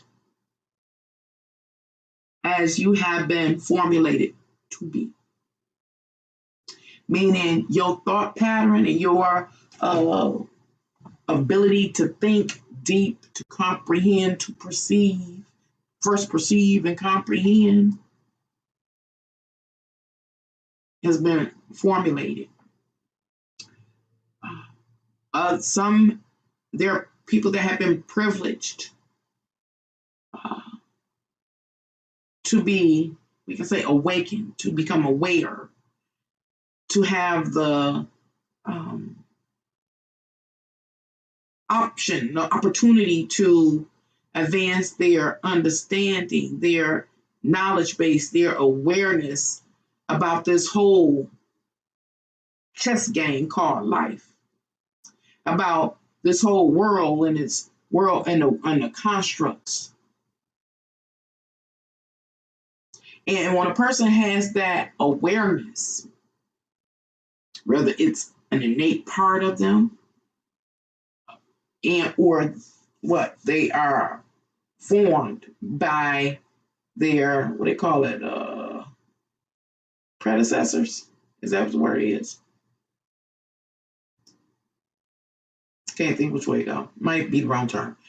Just ride away with me. I think you understand what I'm saying. Then you know to do better. You know to go, example, you know to go to school. Well, it ain't just school, because it's this aspect of being predetermined, what do they call them? Predestined to play certain roles. And it's a whole lot that goes into each one of these. Because there are people that are predestined, they are called to play certain roles. But it is up to them as an individual expression to be righteous or unrighteous. I was like, that was too. If I had the words. Again,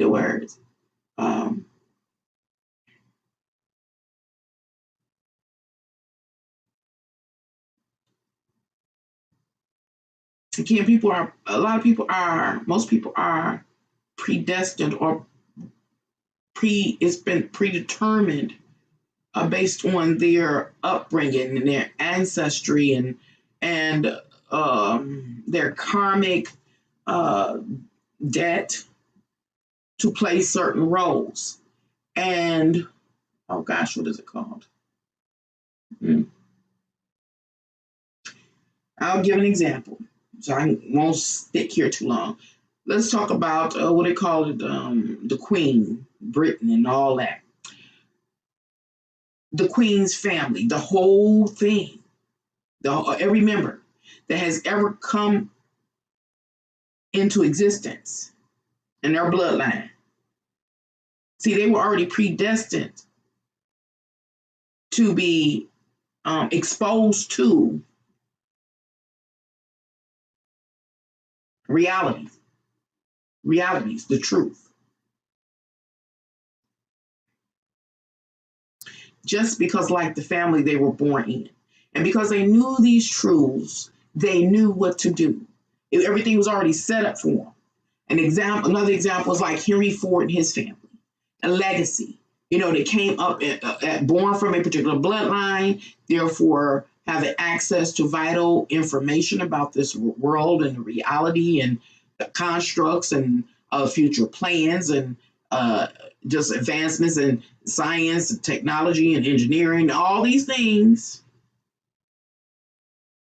gives certain people an upper hand. They can see on a different level, the third eye level.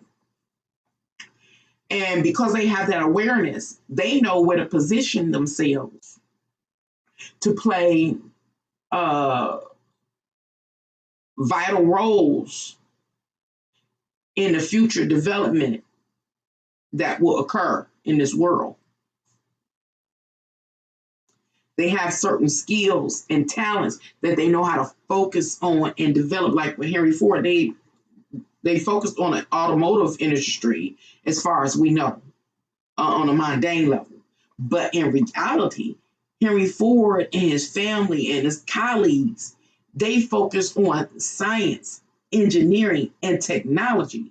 The cars were just a way to make something that everybody can use, get some funding, do scientific research, but it was bigger things than that.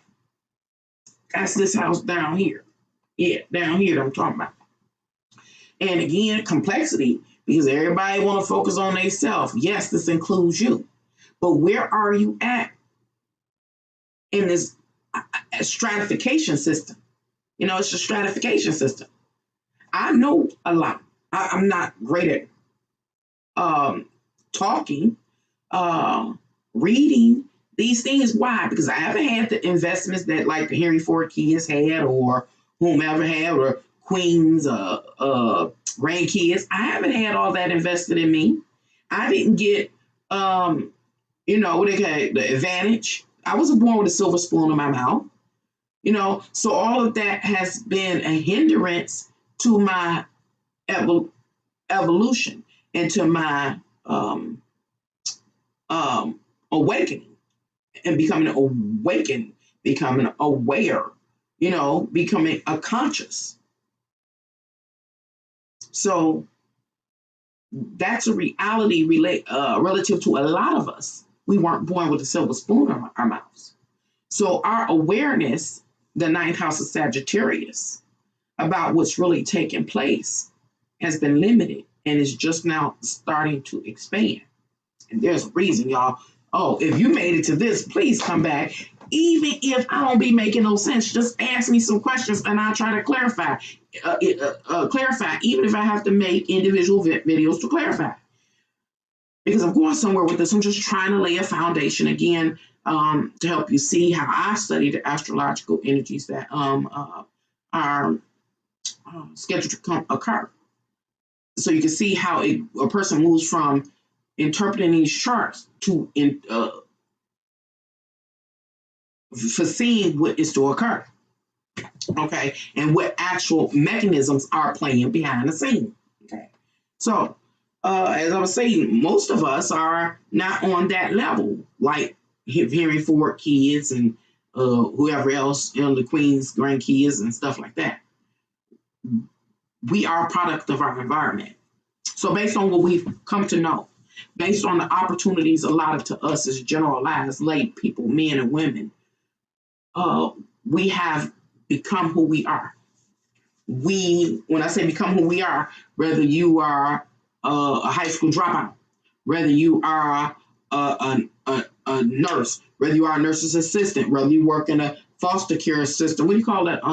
In-home care system. Whether you do tutorials, whether you dog walk, who you are is due to, you being a product of your environment and from your past, your previous life experiences, the investment of the generations before you, and your level of awareness about what's really taking place is helping and the opportunities or not being allotted to you that has determined what role you are playing, 10th house, during the course of your life. Remember, I talked about the 10th house and Capricorn, 10th house, and it being your biography, your story, your biography. And so that's where this little figure standing, that's what this information is talking about. And then it has also the sun there. And the sun is at 2347, which is Capricorn. And so we're talking about the spotlight. The sun is a spotlight or a source of energy or vitality being placed on your biography. What kind of authority does your social role give you? What kind of authority? As a person, a part of a book club, going back to early examples I gave, it don't give you much social pull. As a person that walk a dog, because that's all you come to understand, because you're a product of your environment, does not give you a lot of social pull. It's like, what does it offer you? Who you are, Well, those are offsprings of Henry Ford, of the Queen. Well, what their life has allotted them, allots them to hold positions or social roles, to fill social roles that are more what? Affluent. Paris Hilton, we've talked about these different people. The Kardashians, for one reason or another, they had some silver spoon allotted to them. I ain't gonna get complicated, but that's what that means. Moving on to the next house, and I'm coming back. I'm gonna break it down until it is nice and clean. This is just our beginning. Going somewhere with it. The next house is the 11th house, and the 11th house represents what? The world at large, humanity, 7.8 plus billion people worldwide. In the United States, is 331 million people. That's the 11th house, and it's how we're grouped. We are grouped by continent, 7 different continents. We are grouped by nationalities. We are grouped by race. We are grouped by religion. We are grouped, referring you back to the video called You Should Join a Cult. We are grouped. This whole system is a stratification of human beings. This whole system. This whole world system is a stratification of human beings. It assigns value to human beings based on their groups and different things like that. And based on your value, determines what you have access to. What access am I talking about? To the natural resources that sustain your life. Do you get them? And do you get to live and live your best life? Or do you not have as much value, so you don't get those not life-sustaining resources, and so you suffer, and then I'm not going to say it. Anywho, that's the 11th house. And it also represents all, again, groups, organizations, on the mundane level, clubs, different things like that. Is social networking, is the church house, and who you go, whatever church or religion you are part of, in its doctrine and its mission. See, in the Christian religion, the mission is to get you saved through Jesus Christ, right? Get you saved through Jesus Christ. That's what it's about. It's 11th house, and that's just one example. Okay, and so we have what here? Sagittarius in the 11th house. So let's talk about what Sagittarius is. Remember, Sagittarius is the archer.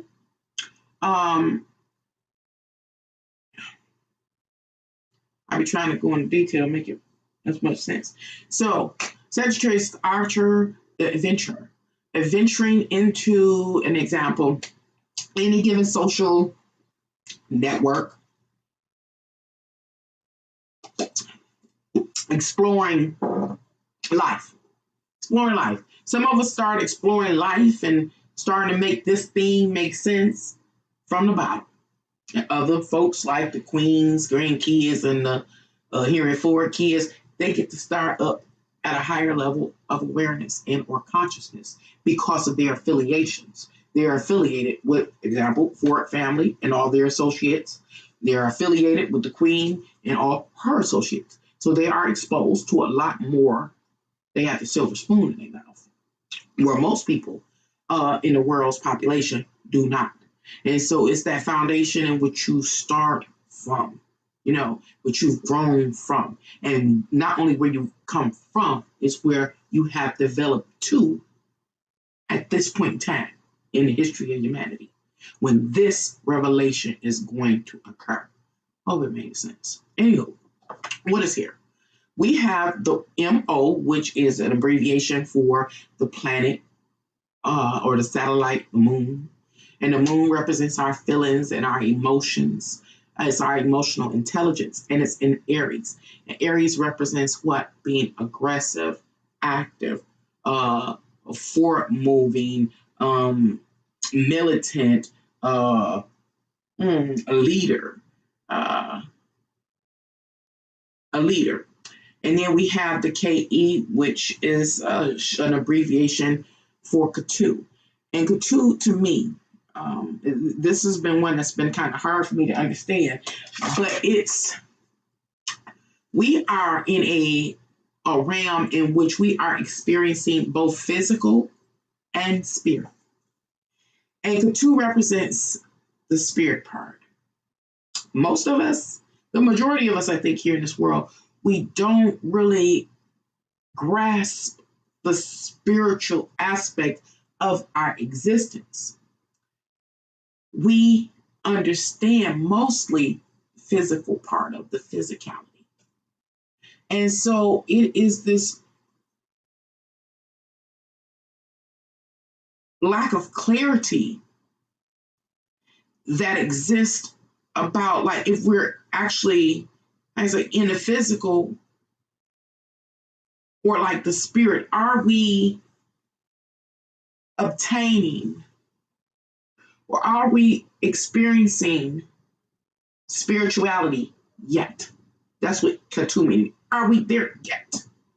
And most times we aren't there yet.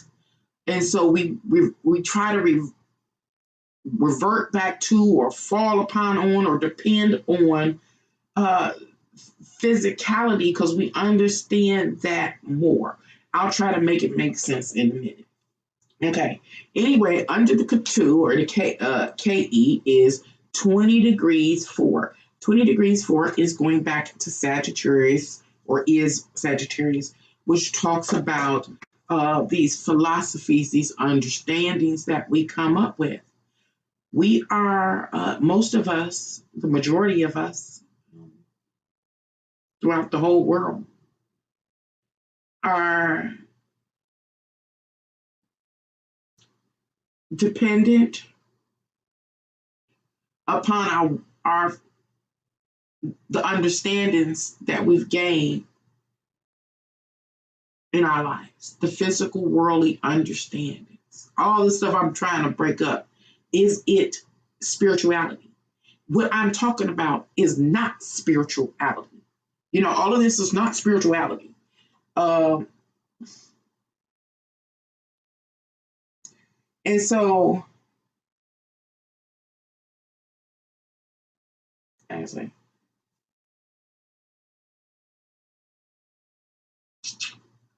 we're on a mission in this world.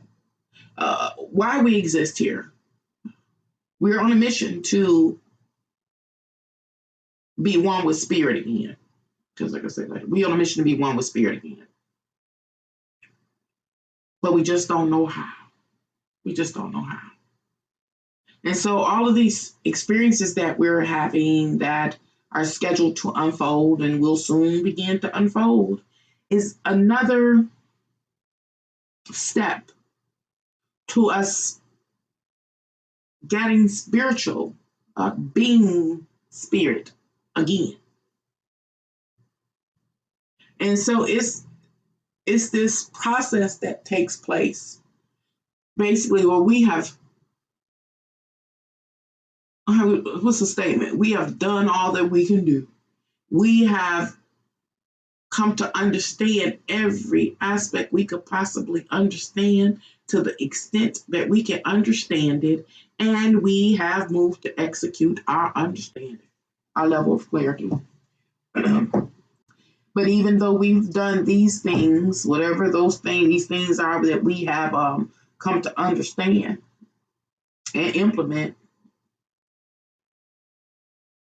we have yet to reach divinity or spirituality.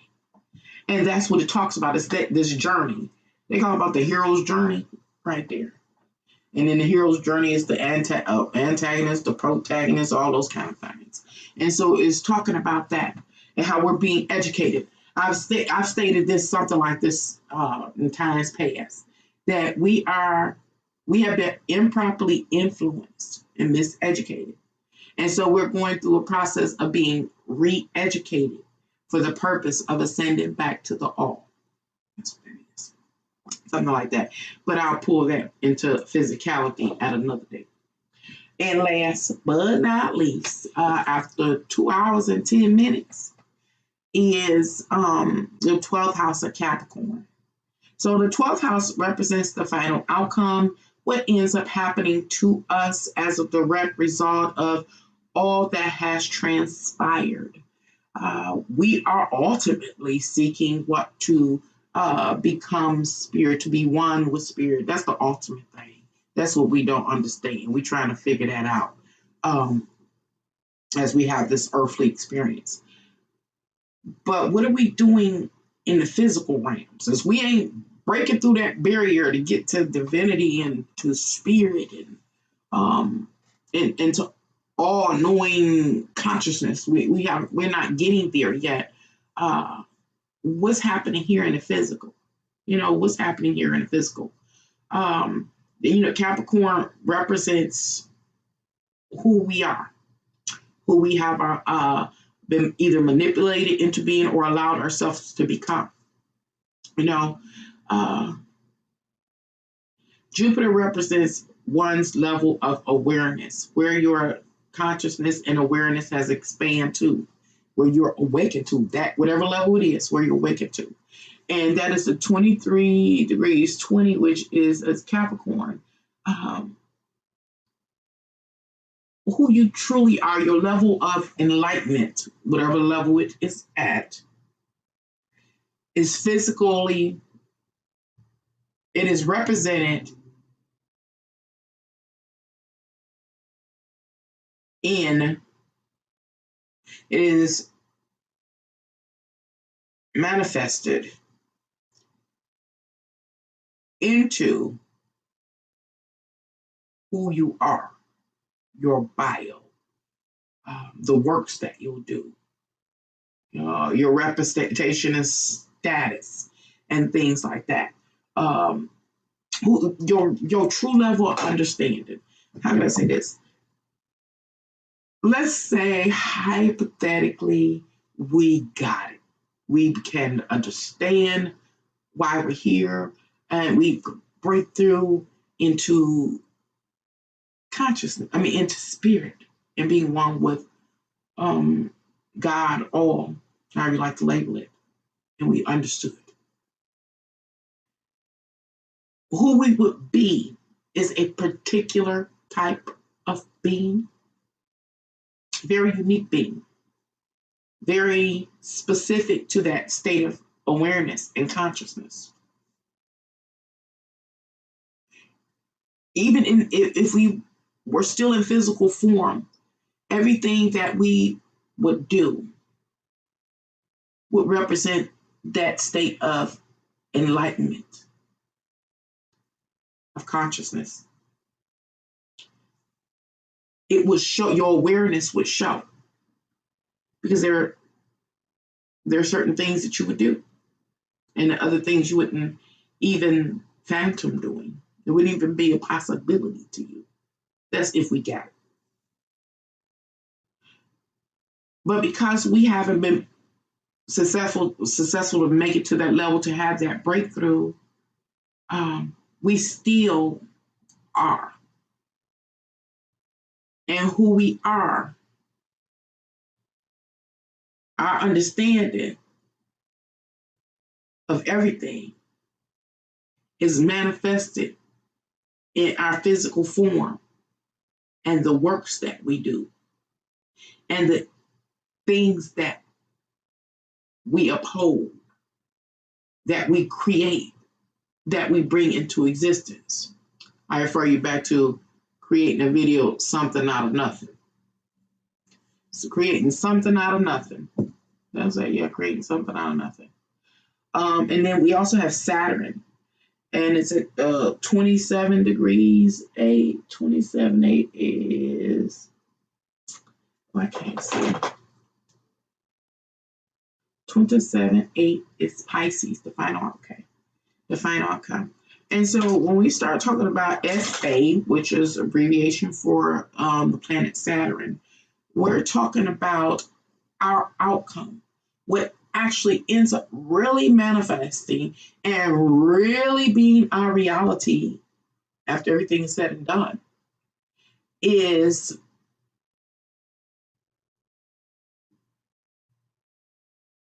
blocked in, or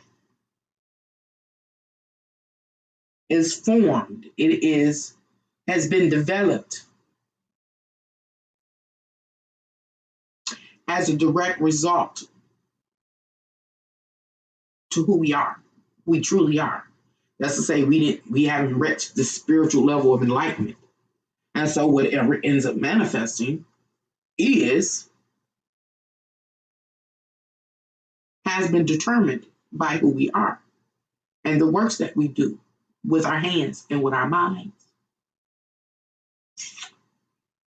I don't know how I'm going to get through this. Hopefully this made a little sense.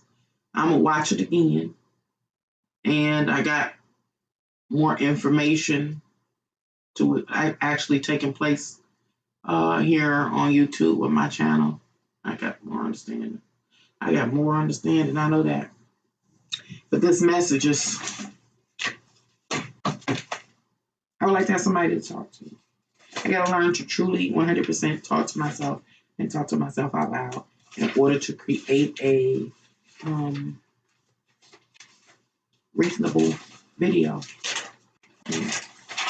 I've got what is happening. I know what's happening to me is, and I'm done. I just wanted to interpret that. Hopefully some of it made sense.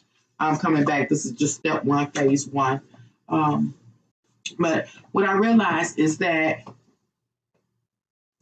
when I first started YouTube, it wasn't any live streaming that I know of. And so my mind was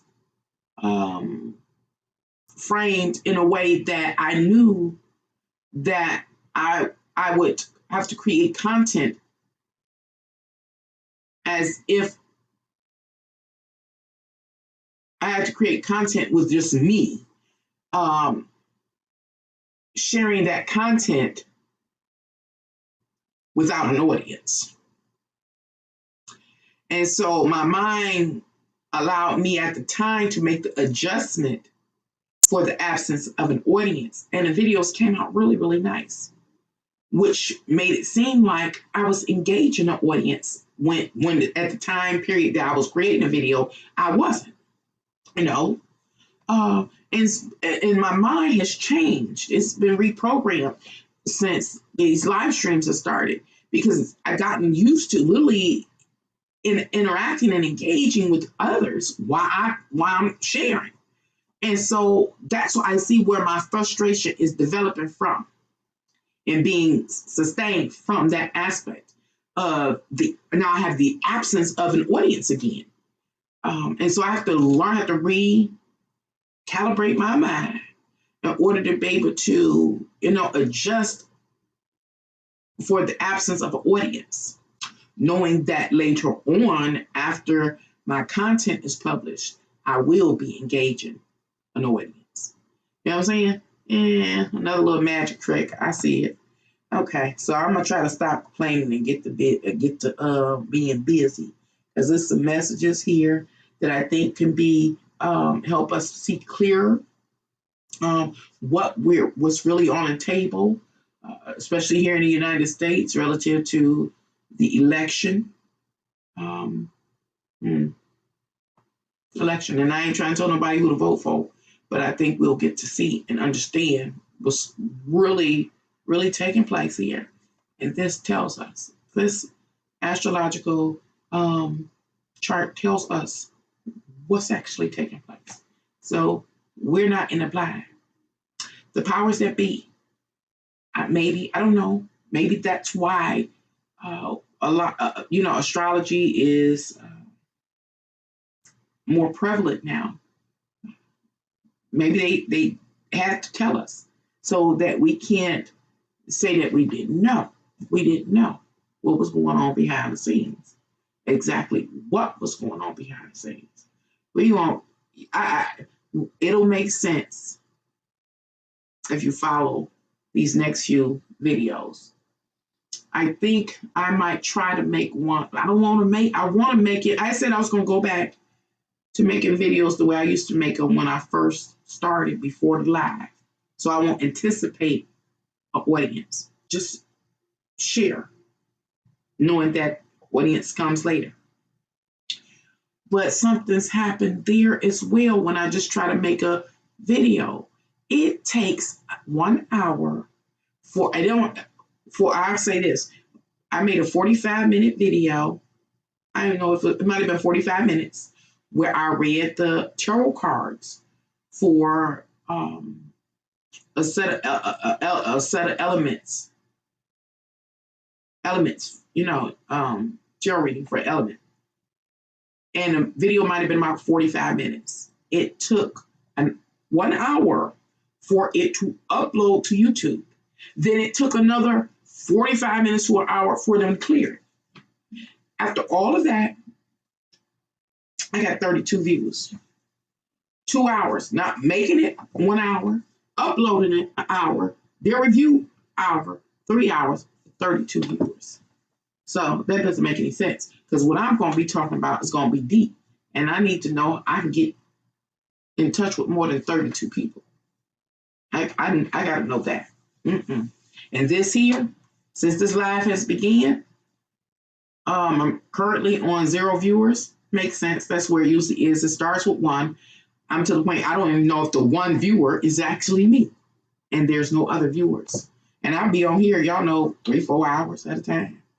Running my mouth, laughing, talking, joking, cussing, and fussing, because these are the things that I do. And then when I look back, if there are 50 or 60 viewers, it never exceeds 7 concurrent viewers on any video I make. And it's never, like these real long ones, these real long videos I make, people only view it for 10 minutes. Not even 10. It's ranging between 7, it's creeping up to 9 minutes. Out of a 2-3 hour video. Find it interesting. And when I make short videos, only about 2 to 3 minutes, then they only watch them 45 seconds. What's the chances of that? See, now I'm Aquarius ranting, but what are the chances if I make a very short video, and I've been seeing this evidence a year or so ago. If I make a 5-minute video, that a person is not going to watch it no more than 1 minute, 45 seconds to a minute. If I go 10, 15 minutes, they're only going to watch it 2 to 3 minutes. Now that I'm going, I was like, might as well go on and just share the information that I'm getting as the information really started coming and downloads and all these kind of things. Going 3-4 hours, people ain't watching my stuff but nothing but 9 minutes. Make that make sense. That gets real trifling when we start talking about, and I'm not talking about y'all, I'm talking about something that YouTube is doing, and I know that they're doing.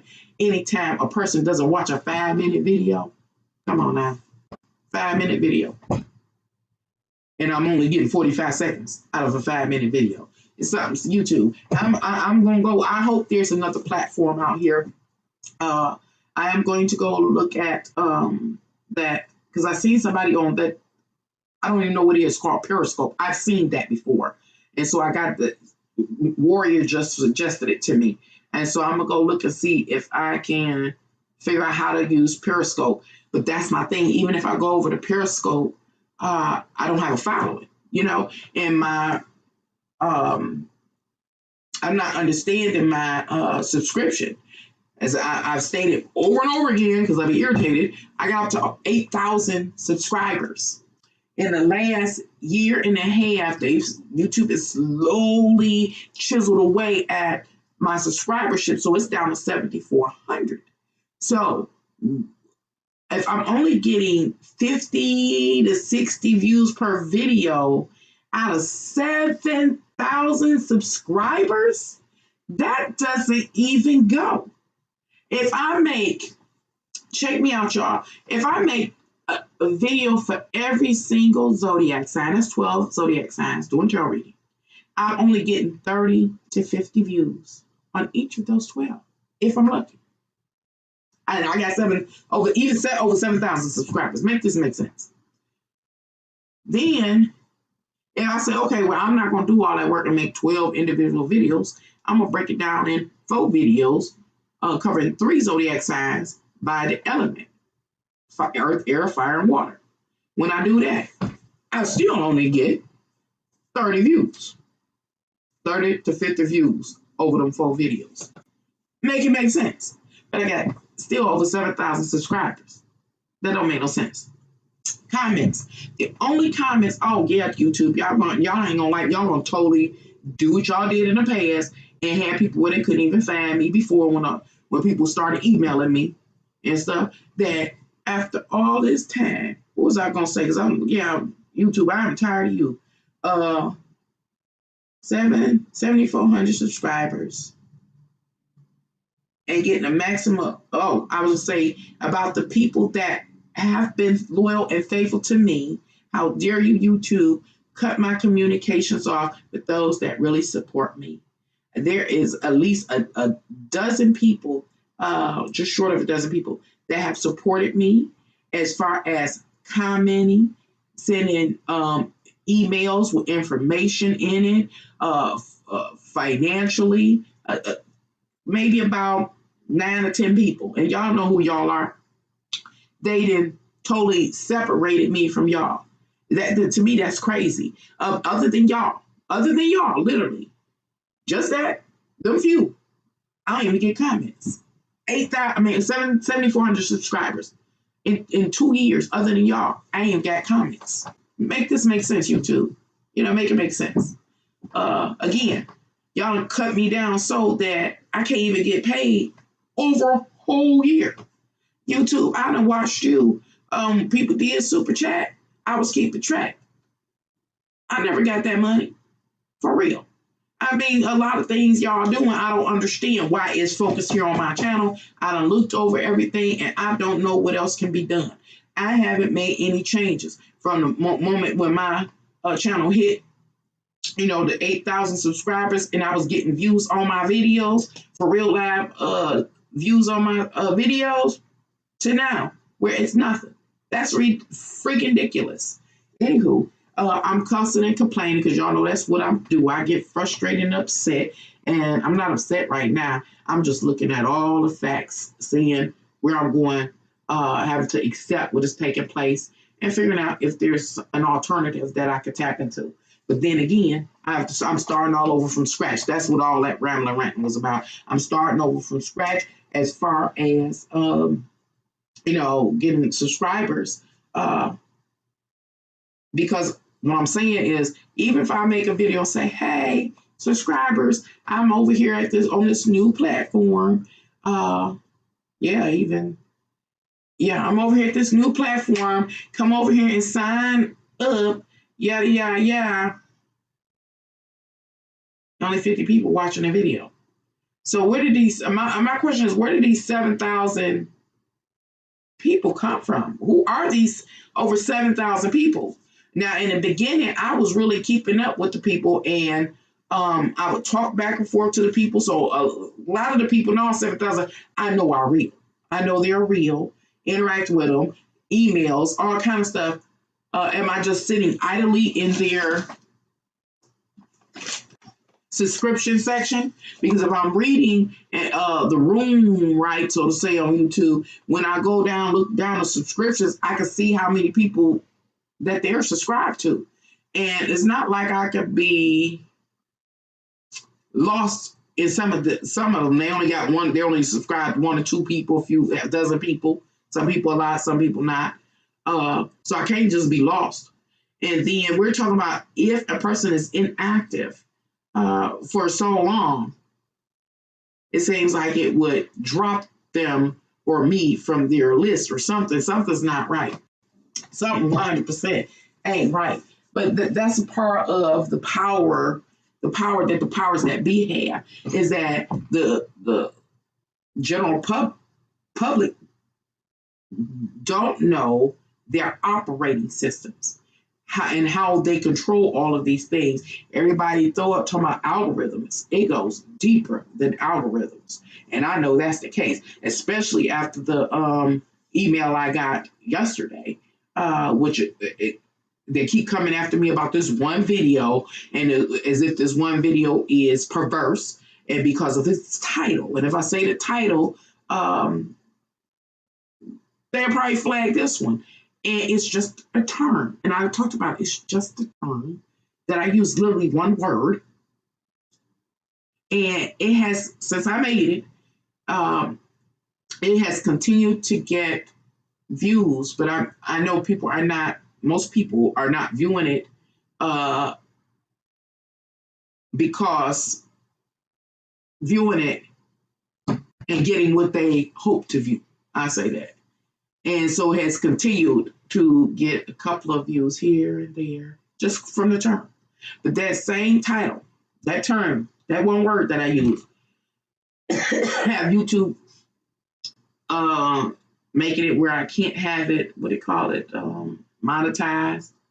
It's stating that I got some inappropriate, was it age restriction now? I done had this video for several years, and they keep coming back. I just asked, they just gave me the opportunity today to request the what do you call it, audit? What do you call it, not an audit, can't get the word. Anyway, I'm contesting what they're saying because there's nothing perverse in it. It's just the term of the title, the word, that one word, and it's not even a negative word. I'm gonna give you the word in a sentence. If I say it, I could just say the word. I ain't gonna use the word. This is crazy. This whole platform is insane. But if you look at it, if you look at this platform, everything I talk about is relevant, even if I'm ranting and rambling. But this platform, I haven't been here long, as a lot of people, but I've noticed quite a shift. And one of the things is, I think YouTube is owned by Google, if I'm not mistaken. There are changes. Like I said, if I Google a word, a keyword, and put on an image, now I got to have all this attribute stuff in place. And I forgot what else the thing called. I got to do. YouTube, I'm seeing people that were once on TV on YouTube. And I'm listening to these people talk about how they have broke free from the powers, and they broke free from having to work for the man. But that's not the case. The dynamics to our reality is changing, and they repositioning these same people to basically work from home. But they still work for the man. But they trying to lead the people that's following them to believe that they're not working for the man no more. With statements like they retired, I don't even believe it at all. They moved. These people that work for these different platforms or broadcasting platforms, whatever, are they build up followers, and they taking those followers with them to working from home, and say they liberated from the powers that be. But they're not, and I know they're not. And anybody with eyes to see will be able to see that. This whole thing is insane. This whole thing is insane. And I believe this. I'm going to let go because I'm cussing this video over 2 hours long, and I know only a person only watching for 9 minutes. So anyway, I'm going to move off here. Thank you for coming here to Canadians Fly Tarot and More and allowing me to read the astrological energies for the month of November. I'll be back with other videos that's going to follow through and make this make sense. Show how this is manifested in our reality. I guess I can say it just like that.